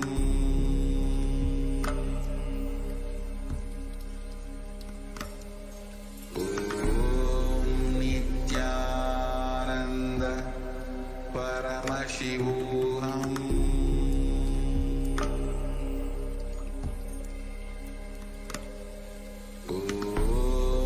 Nithyananda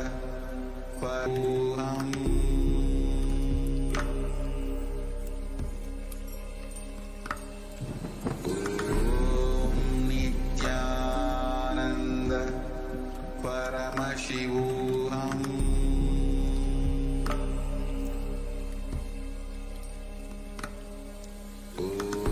Om Nithyananda Paramashivam.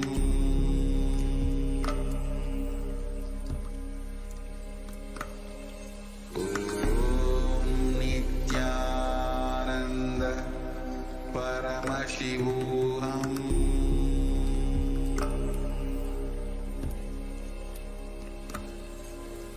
Om Nithyananda Paramashivam.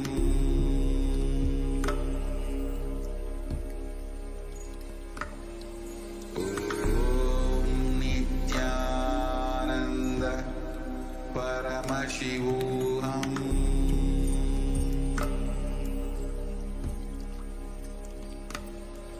Om Nithyananda Paramashivam.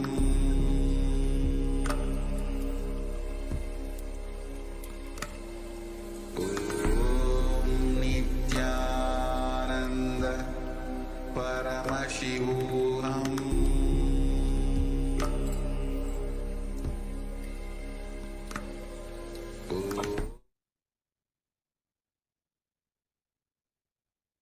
नित्यानन्दं परमसुखदं केवलं ज्ञानमूर्तं द्वन्द्वातीतं गगनसदृशं तत्त्वमस्यादि एकं नित्यं विमलमचलं सर्वदी साक्षिभूतं भावातीतं त्रिगुणरहितं सद्गुरुं तं Namami. Nithyanandam,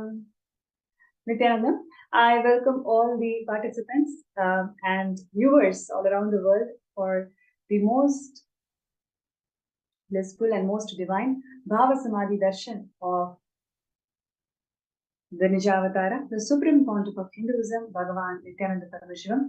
And today, Swamiji is going to manifest as the Somaskandhar Murthy.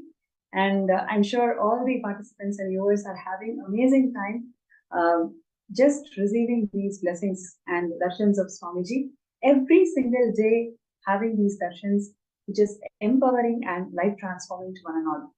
And we have lots of positive feedback, positive news all around the world about Kailasa and the recognition that Kailasa is receiving from various countries and United Nations. And in today's segment, we are going to be looking into one of the most important contributions of the Supreme Pontiff of Hinduism, which is reviving the ancient kingdoms. Time and again, Avatar has descended in the planet Earth to revive the Sarvanya Pitas whenever there is a destruction in the Dharma, especially in any of the three pillars of Hinduism, whether it is in terms of language or in terms of the Hindu infrastructures or the Shastras. Whenever there is a decline, whenever there is adharma happening in any of these three pillars, Avatar descends to revive through the Sarvanya Pitas. Swamiji has descended to the planet Earth to revive the Sanatana Hindu Dharma, which is undergoing 2000 plus years of persecution. And Swamiji is the emperor and Guru Mahasamidhanam of 21 ancient kingdoms. And one of the most important kingdom that Swamiji is reviving and bringing it back to life is Shamala Pita Sarvanya Pita, which is Madhurayadinam. And today's segment, we have the most important contributions of Swamiji in reviving the Madhurayadinam, which is very, very dear to his heart, where Swamiji is also incarnation of Madurai Meenakshi herself. And just to share about Madhurayadinam,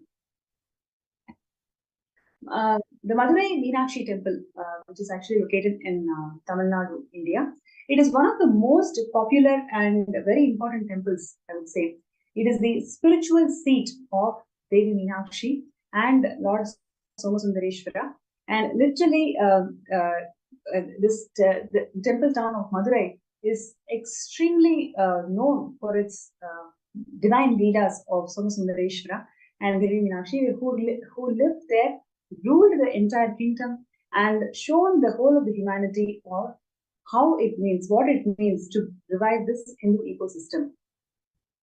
So, if you take about the lineage of Madhurayadinam, it is about 5,000 years old. And in fact, what we have today in most of the Western civilizations, their own constitutions, their own the jurisprudence, everything is actually a replica of how the Madurai Adinam was functioning.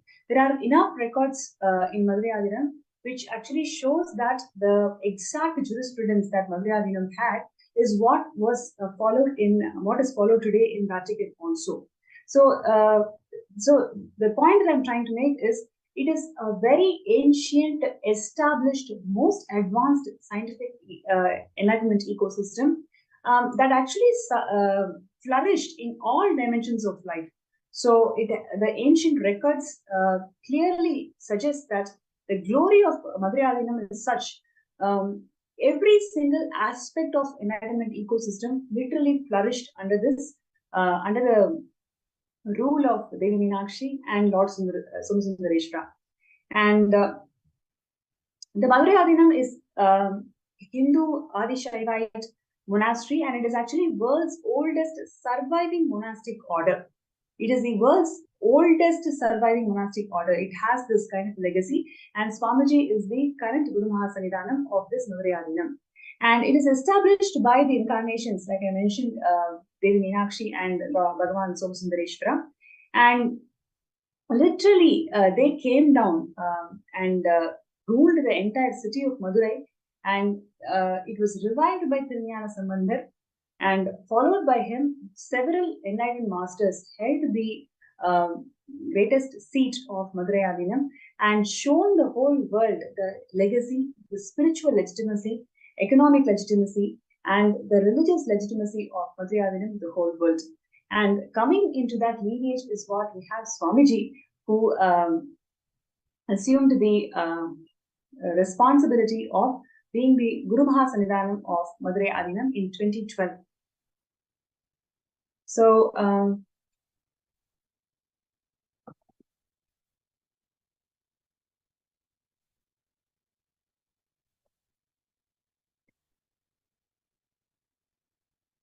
throughout this session, I would like to hear from all the viewers and participants your feedback. What are your thoughts? Just seeing the rich tradition of Madurai Adinam being revived by Vijayavatara Swamiji. Whatever you'd like to share with us, please feel free to share in the YouTube comments or Facebook comments, and also in the MPSN group. You can actually see a QR code that's being flashed on the screen. You can take a scan of it, and then you'll be directly led to the MPSN group, where you can start posting your comments, feedbacks throughout the session.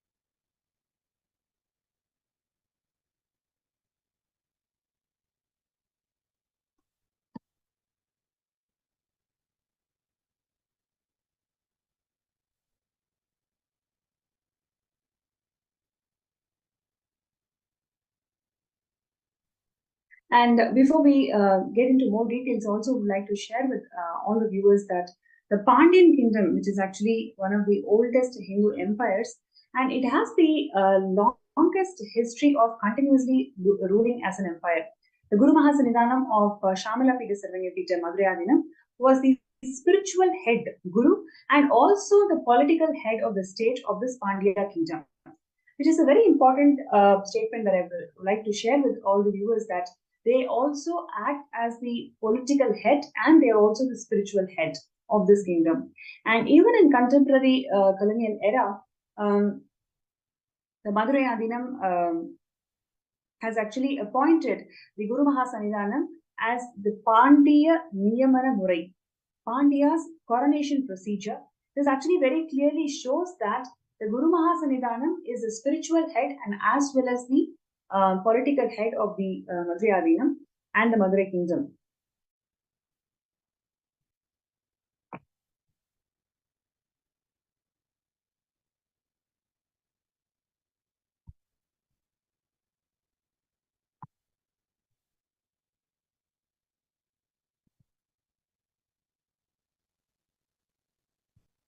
Yes, and what you are seeing here today is the beautiful and most divine coronation of Swamiji as Madurai Guru Mahasannidhanam of Madurai Adinam.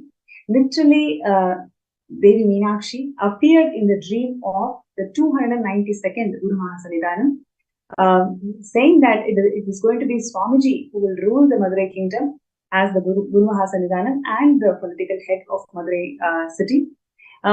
Based on the guidance and directions given by Devi Meenakshi, the 292nd Guru Mahasannidhanam came and graced with this responsibility that Swamiji has taken up as the 293rd Guru Mahasannidhanam of Madurai Adinam. You can see here the grand coronation celebrations happening in Bidadi, where Swamiji is assuming the responsibility as the Guru Mahasannidhanam of Madurai Adinam.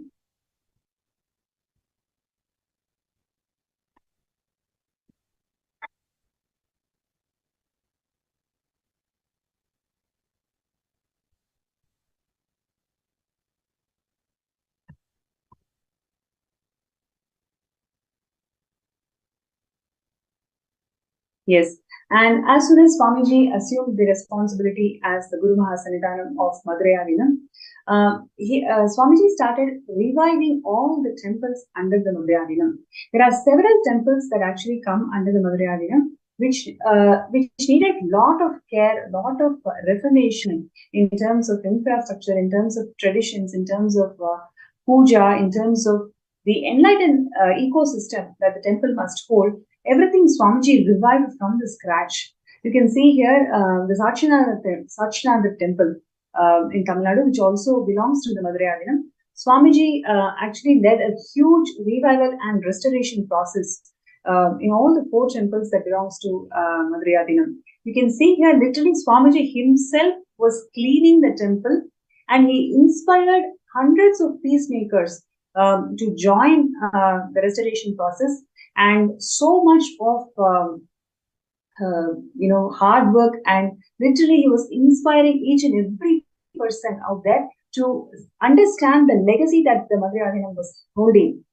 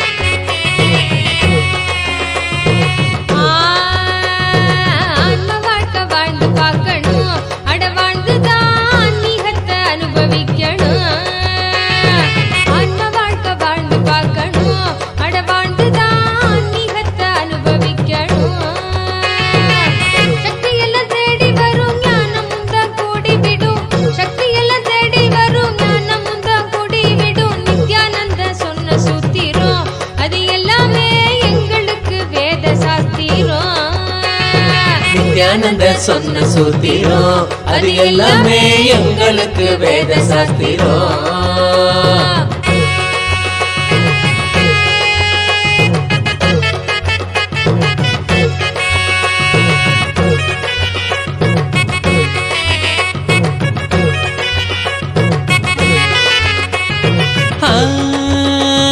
பக்தியுடன் பாடிடும் பிரார்த்தனையும் சோஸ்திரம் நித்யனவன் காலடியில் கொண்டு நம்ம சேர்த்திடும். பக்தியுடன் பாடிடும் பிரார்த்தனையும் சோத்திரம் நித்யனவன் காலடியில் கொண்டு நம்ம சேர்த்திடும்.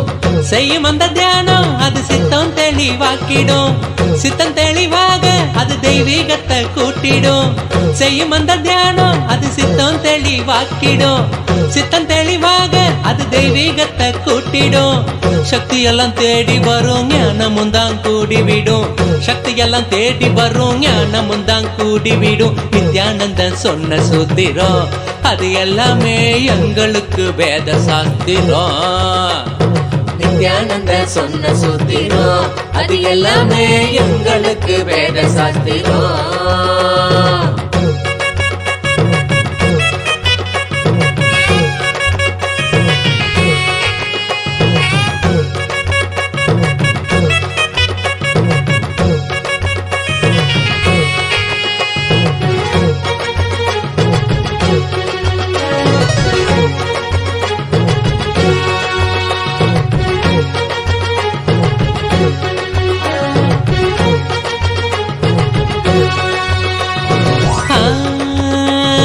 தென்றலாக வீசிடும் தேகந்தான் சிலிர்த்திடும் சொந்தமாக்க எண்ணிவிட சேர்ந்திடாம ஓடிடும். தென்றலாக வீசிடும் தேகந்தான் சிலிர்த்திடும் சொந்தமாக்க எண்ணிவிட சேர்த்திடாம ஓடிடும்.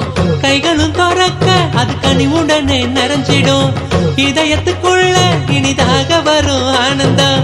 கைகளும் துறக்க அது கனிவுடனே நிறைஞ்சிடும். இதயத்துக்குள்ள இனிதாக வரும் ஆனந்தம். சக்தி எல்லாம் தேடி வரும் ஞானமும் தான் கூடிவிடும். சக்தி எல்லாம் தேடி வரும் ஞானமும் தான் கூடிவிடும். நித்யானந்த சொன்ன சூத்திரம் எல்லாமே எங்களுக்கு வேத சாஸ்திரம். நித்யானந்த சொன்ன சூத்திரம் அது எல்லாமே எங்களுக்கு வேத சாஸ்திரம்.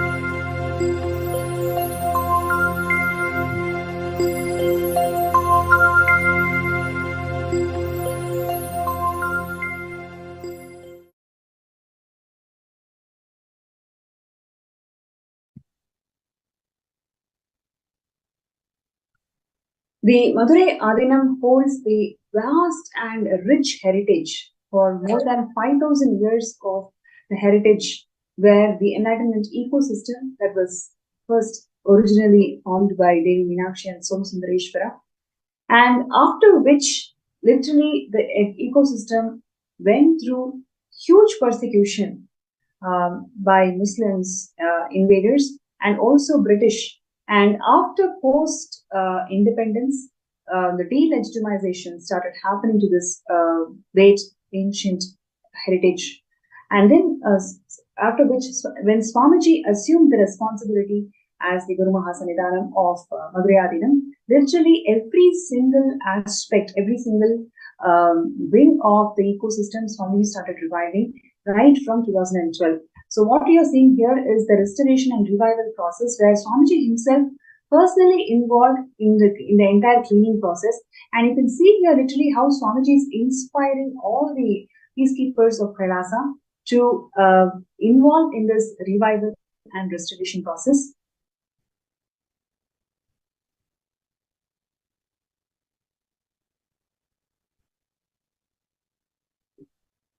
Yes.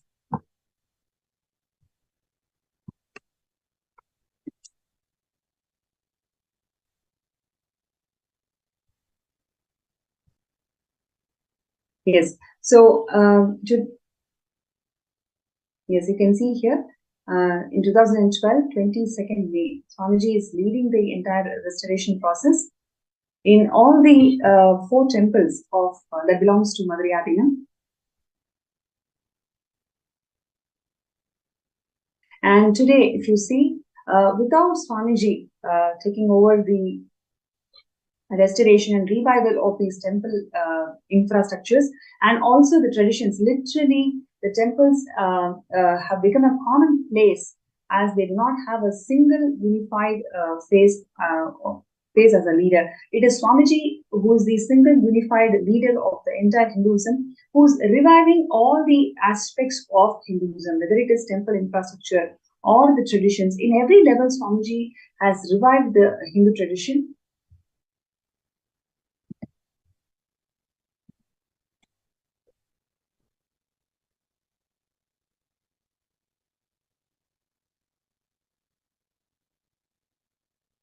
Yes, once again you can see here how Swamiji is inspecting the entire restoration process and at the same time guiding all the peacekeepers.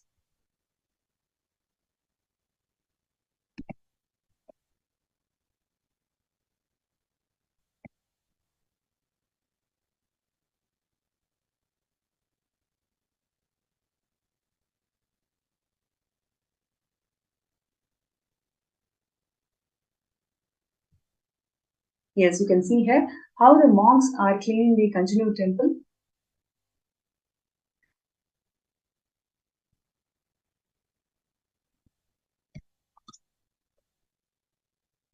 And not only cleaning and restoring temples, Swamiji also revived the Annadhan. And the tradition of Annadhan that Swamiji started right from 2000 when the mission of Kailasa started, Swamiji revived the Annadhan tradition in Madurai. And literally every single day, 2000 people used to be fed. And the tradition is continuing even till today. Every single Brahmotsavam, every single Paurnami, every single Amavasya, today's Shamala Pita Sarvangati temple, the Madurai that Swamiji has established, Annadhan happens even till today.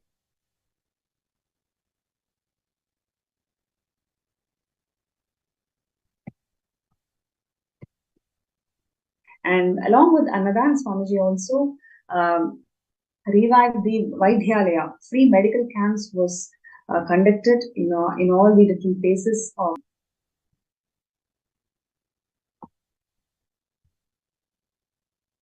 free multi-speciality medical camps with free diagnosis and treatment was offered to all the people.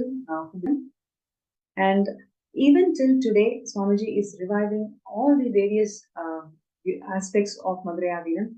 And we're going to share with all of you a small segment on how Swamiji is reviving this Shamala Pita Sarangi Pita even till today.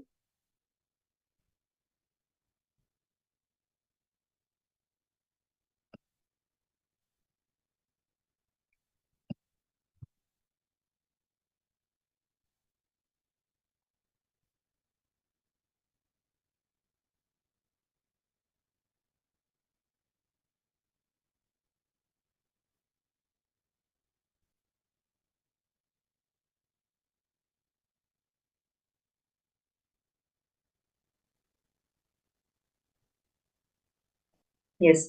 And the current day, where Swamiji has established the Shamala Pita Sarvangapitam, right next to the temple, Madurai temple, Swamiji had revealed some of the historic revelations about the current Shamala Pita Sarvangapitam.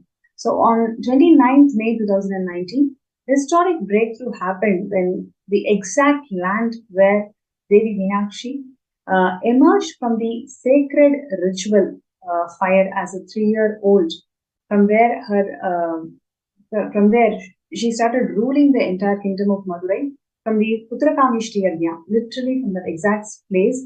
The Madurai Adinam, the Shamlapita Sarangipitam is established. The Devi Meenakshi Parashakti has blessed us by giving the exact land on which she used to sit on the original throne, Kailasonata Shamalapita Sarangipitam in Madurai. So literally where our current Shamlapita Sarangipitam is located, that is the exact place where Devi Meenakshi emerged from the Putrakameshti Yajna, and she graced us the whole universe with her divine blessings.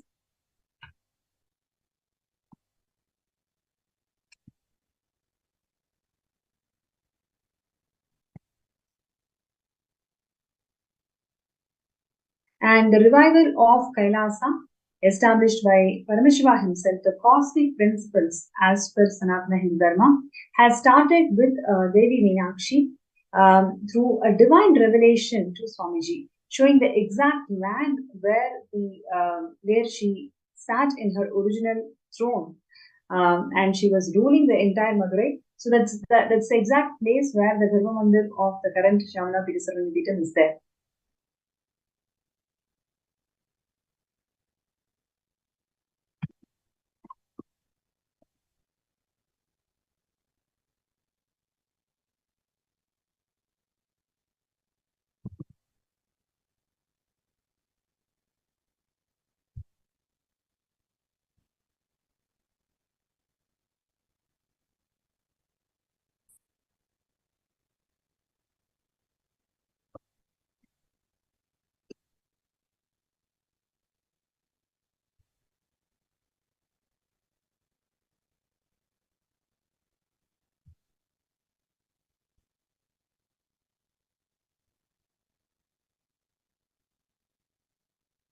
Yes. So in his own words, Swamiji said that Devi Meenakshi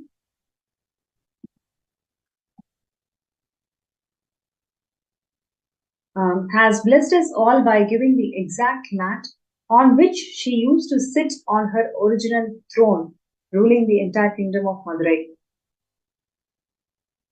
And Swamiji revealed from Akashic readings that this was the very place where the sacred fire of Putrakameshti Homa was lit, and Meenakshi emerged out of this fire.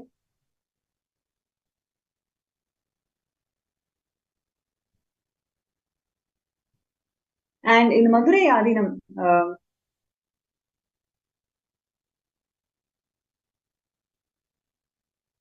the part of Tirunayadal Puranam, compilation of all the divine plays of Paramashiva and Devi Parashakti, there is a vivid description of a place where Putrakameshti Homa happened.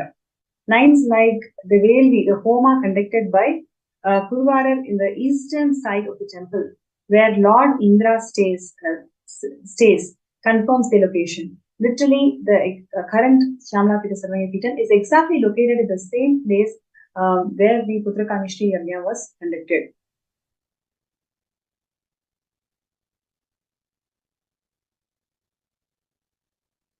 The map below shows the clear marking. You can see here how it is literally eastern side of the temple.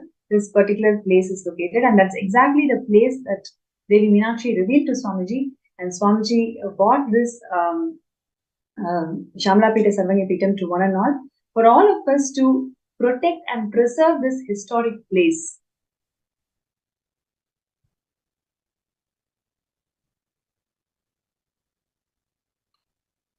And on 6th of June 2019, Swamiji has revived the Shyamala Sarvanya Peetham, the world's oldest apex body of Sanatana Hindu Dharma, and it is now being revived to become the world's largest apex body of Hindus.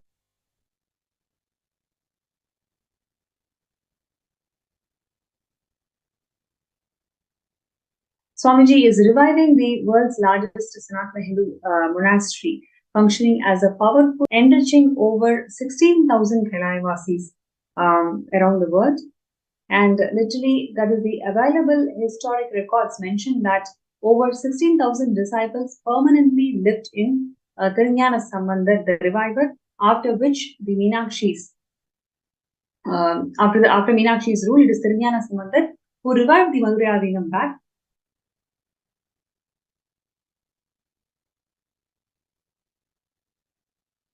Now, what you're seeing here is the beautiful pictures of the current Shyamala Sarvanya Peetham, which is located inside the Madurai Devi temple. Every day, Nitya Puja of offerings happen to the deities of Meenakshi, Somasundareshwara, and Tirunjana Sambandhar, and Swamiji himself.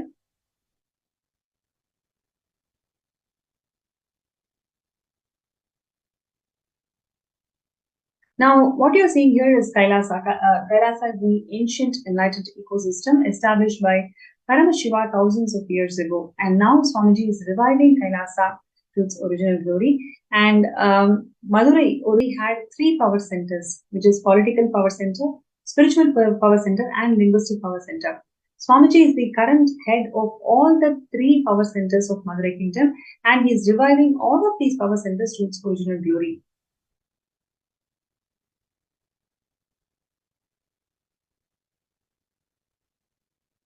Yes, this is a beautiful contribution of Swamiji, where you can literally see all the deities of Madurai Adinam. Swamiji personally micromanages the jewels, and each of these jewels are prepared and designed by Swamiji through Kailasa's Sacred Arts University. So what you are seeing here are such beautiful small and large size deities. So when I say small, it starts from literally 3 to 4 centimeters, such very, very small micro detailed deities, to huge 11 feet deities. To all the deities of this range, Swamiji ensures that all these deities carry beautiful jewels, and these jewels are personally made in Kailasa Sacred Arts University.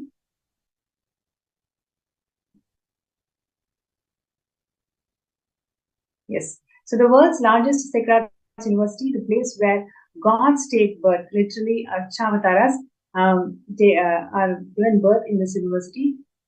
And this will be the largest workshop of all of its kind, whether it is in terms of deities or their paraphernalia or the decorative items. Every single thing Swamiji has and made it in this Sacred Arts University. And the whole thing is shipped to various temples around the world. This art of making deities being practiced in such a huge scale will not just be enlightening the next generation, but it actually revives a lot more and lot more youngsters to start following Hinduism.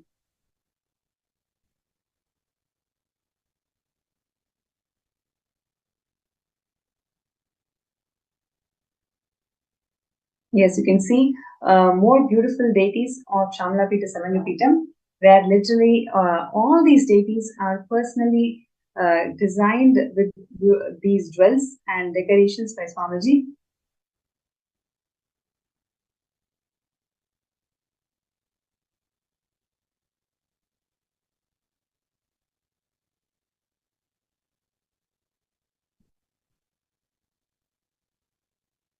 And all conducted in Shamalapita Sarangapitam. From the Madhurayadinam, Swamiji personally enriched all of us with the right context and right understanding that it is really Devi Meenakshi and Lord Somasundareshwara is gracing the town of Madurai. Whenever this Mandagapadi happens, whenever the Brahmotsavams are celebrated, when the Archavatara graces from the temple, it is literally Devi Meenakshi and Lord Somasundareshwara is gracing the entire Madurai kingdom. So till today, Swamiji offers his respects to Devi Meenakshi and Bhagavan Somasundareshwara. He personally graces into a video conferencing to the whole world as a representation of Devi Meenakshi herself and Paramashiva himself. Swamiji literally as Nijavatara, he graces the whole world whenever the deity steps out of the temple. So even till today, all the Brahmotsavams, all the moments when the deity graces the entire Madurai temple for Mandagapadi, Swamiji graces the Madurai temple, and he offers the respects to the Archavataras, and at the same time as Nijavatara, he graces the whole world with his presence.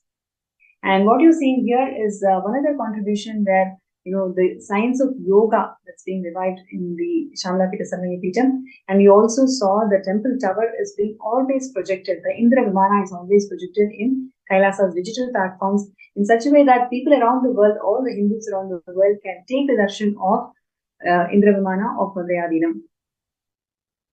And Swamiji is reviving the Rajavidya Gurukul through Madhurayadinam. Literally world's largest Rajavidya Gurukul Swamiji wants to establish in Madhurayadinam. And literally like how it used to be when Meenakshi used to rule the Madhurayadinam, Swamiji wants to revive all its aspects, whether it is temple, whether it is Gurukul, whether it is Goshala, every single aspect and pillars of Hinduism, Swamiji wants to revive.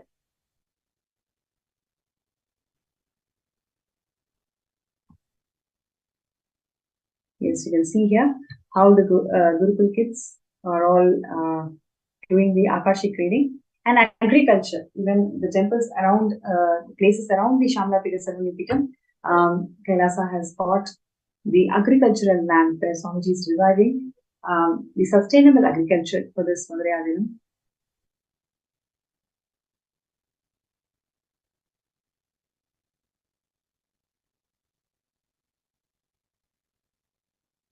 And Annadan, like I mentioned, Annadan is continuously happening every single Brahmotsavam, every single Mandagapadi days, Paurnami and Amavasya. The Shamalapita Sarangapitam is literally offering the Satvik Annadan to the entire kingdom of Madurai.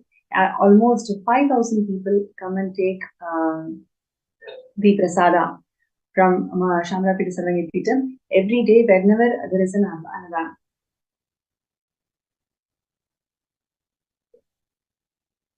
And even during the COVID-19, when the whole world closed their doors, Swamiji opened his spiritual embassies to one and all. What you're seeing here is the Annadan that used to happen during the COVID-19 period.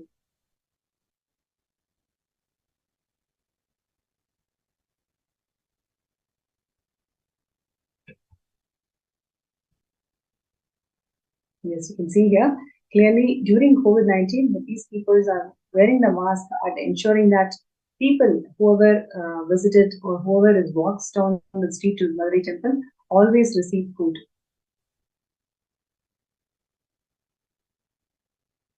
And Swamiji also takes care of the Goshala, cow shelters in Valdayadina.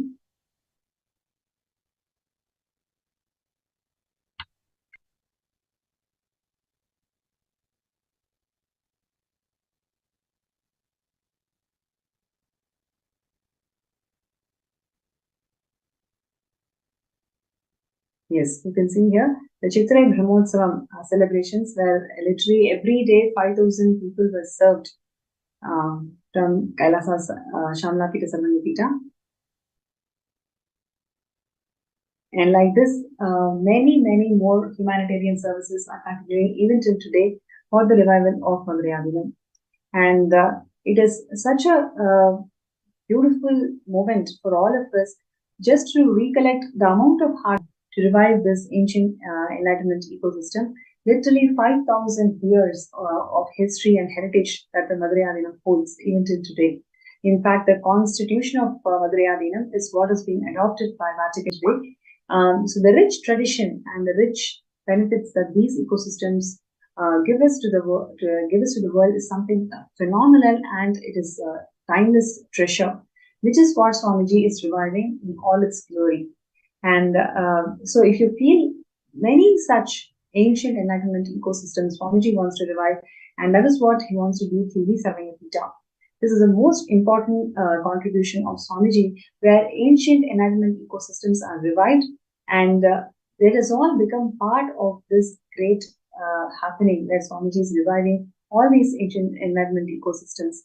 So, being a Sarvanyapita Yajaman is one of the most important, most blessed happening in our lives, where literally we become extensions of Swamiji. So, don't miss this opportunity. I request everybody to be part of this grand phenomena. And you can sign up your intention to be part of Sarvanyapita by signing up in sksjp.org/contribute.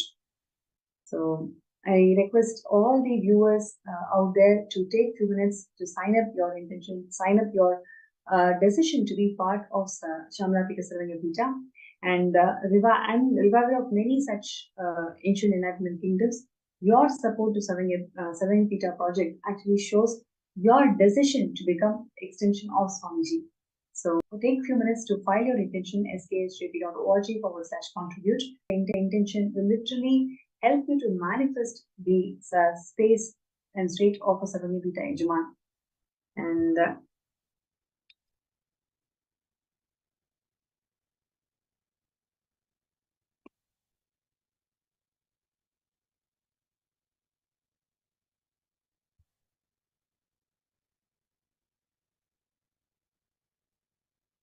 yes, and Swamiji has always told all of us that all we need to do is set the intention and work for it.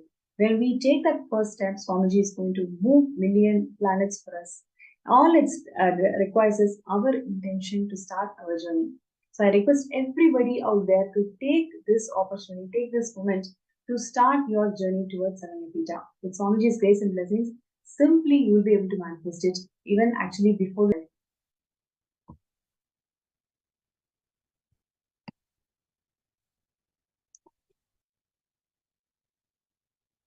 And today, joining with me is Indra Vishwanath from California.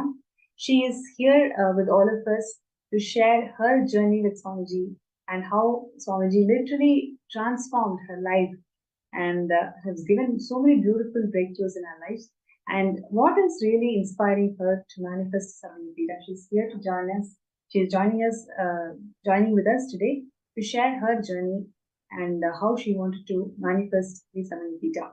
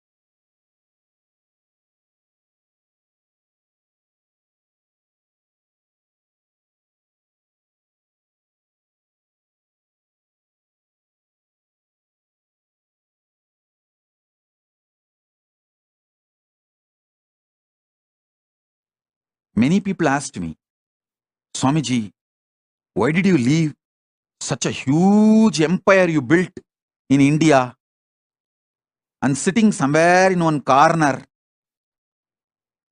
for so many years? Be very clear. It's already 3 years. I left India. More than 3 years. This 3 years is worth, because I have done the foundation, legal, protected, internationally protected place first. Not only I have the immunity of non-prosecutable and immunity and protection as the head of the state, sovereign land, which can't be violated, and the embassy status in multiple places, even sovereign land in more than one places.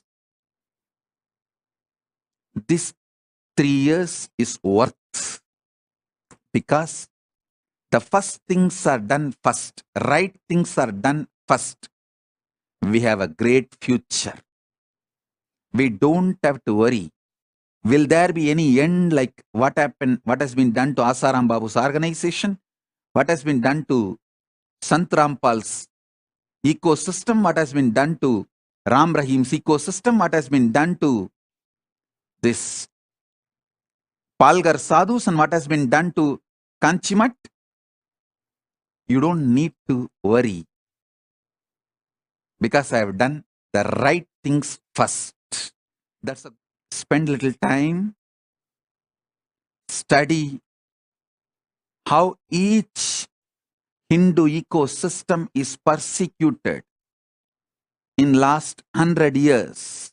Listen, whether Kanchimat or Asaram Babu or Ram Rahim or Sant Rampal or Shivashankar Baba, all of them, all their organizations, with so much of hard work, they build the Hindu ecosystem like a beautiful honeycomb.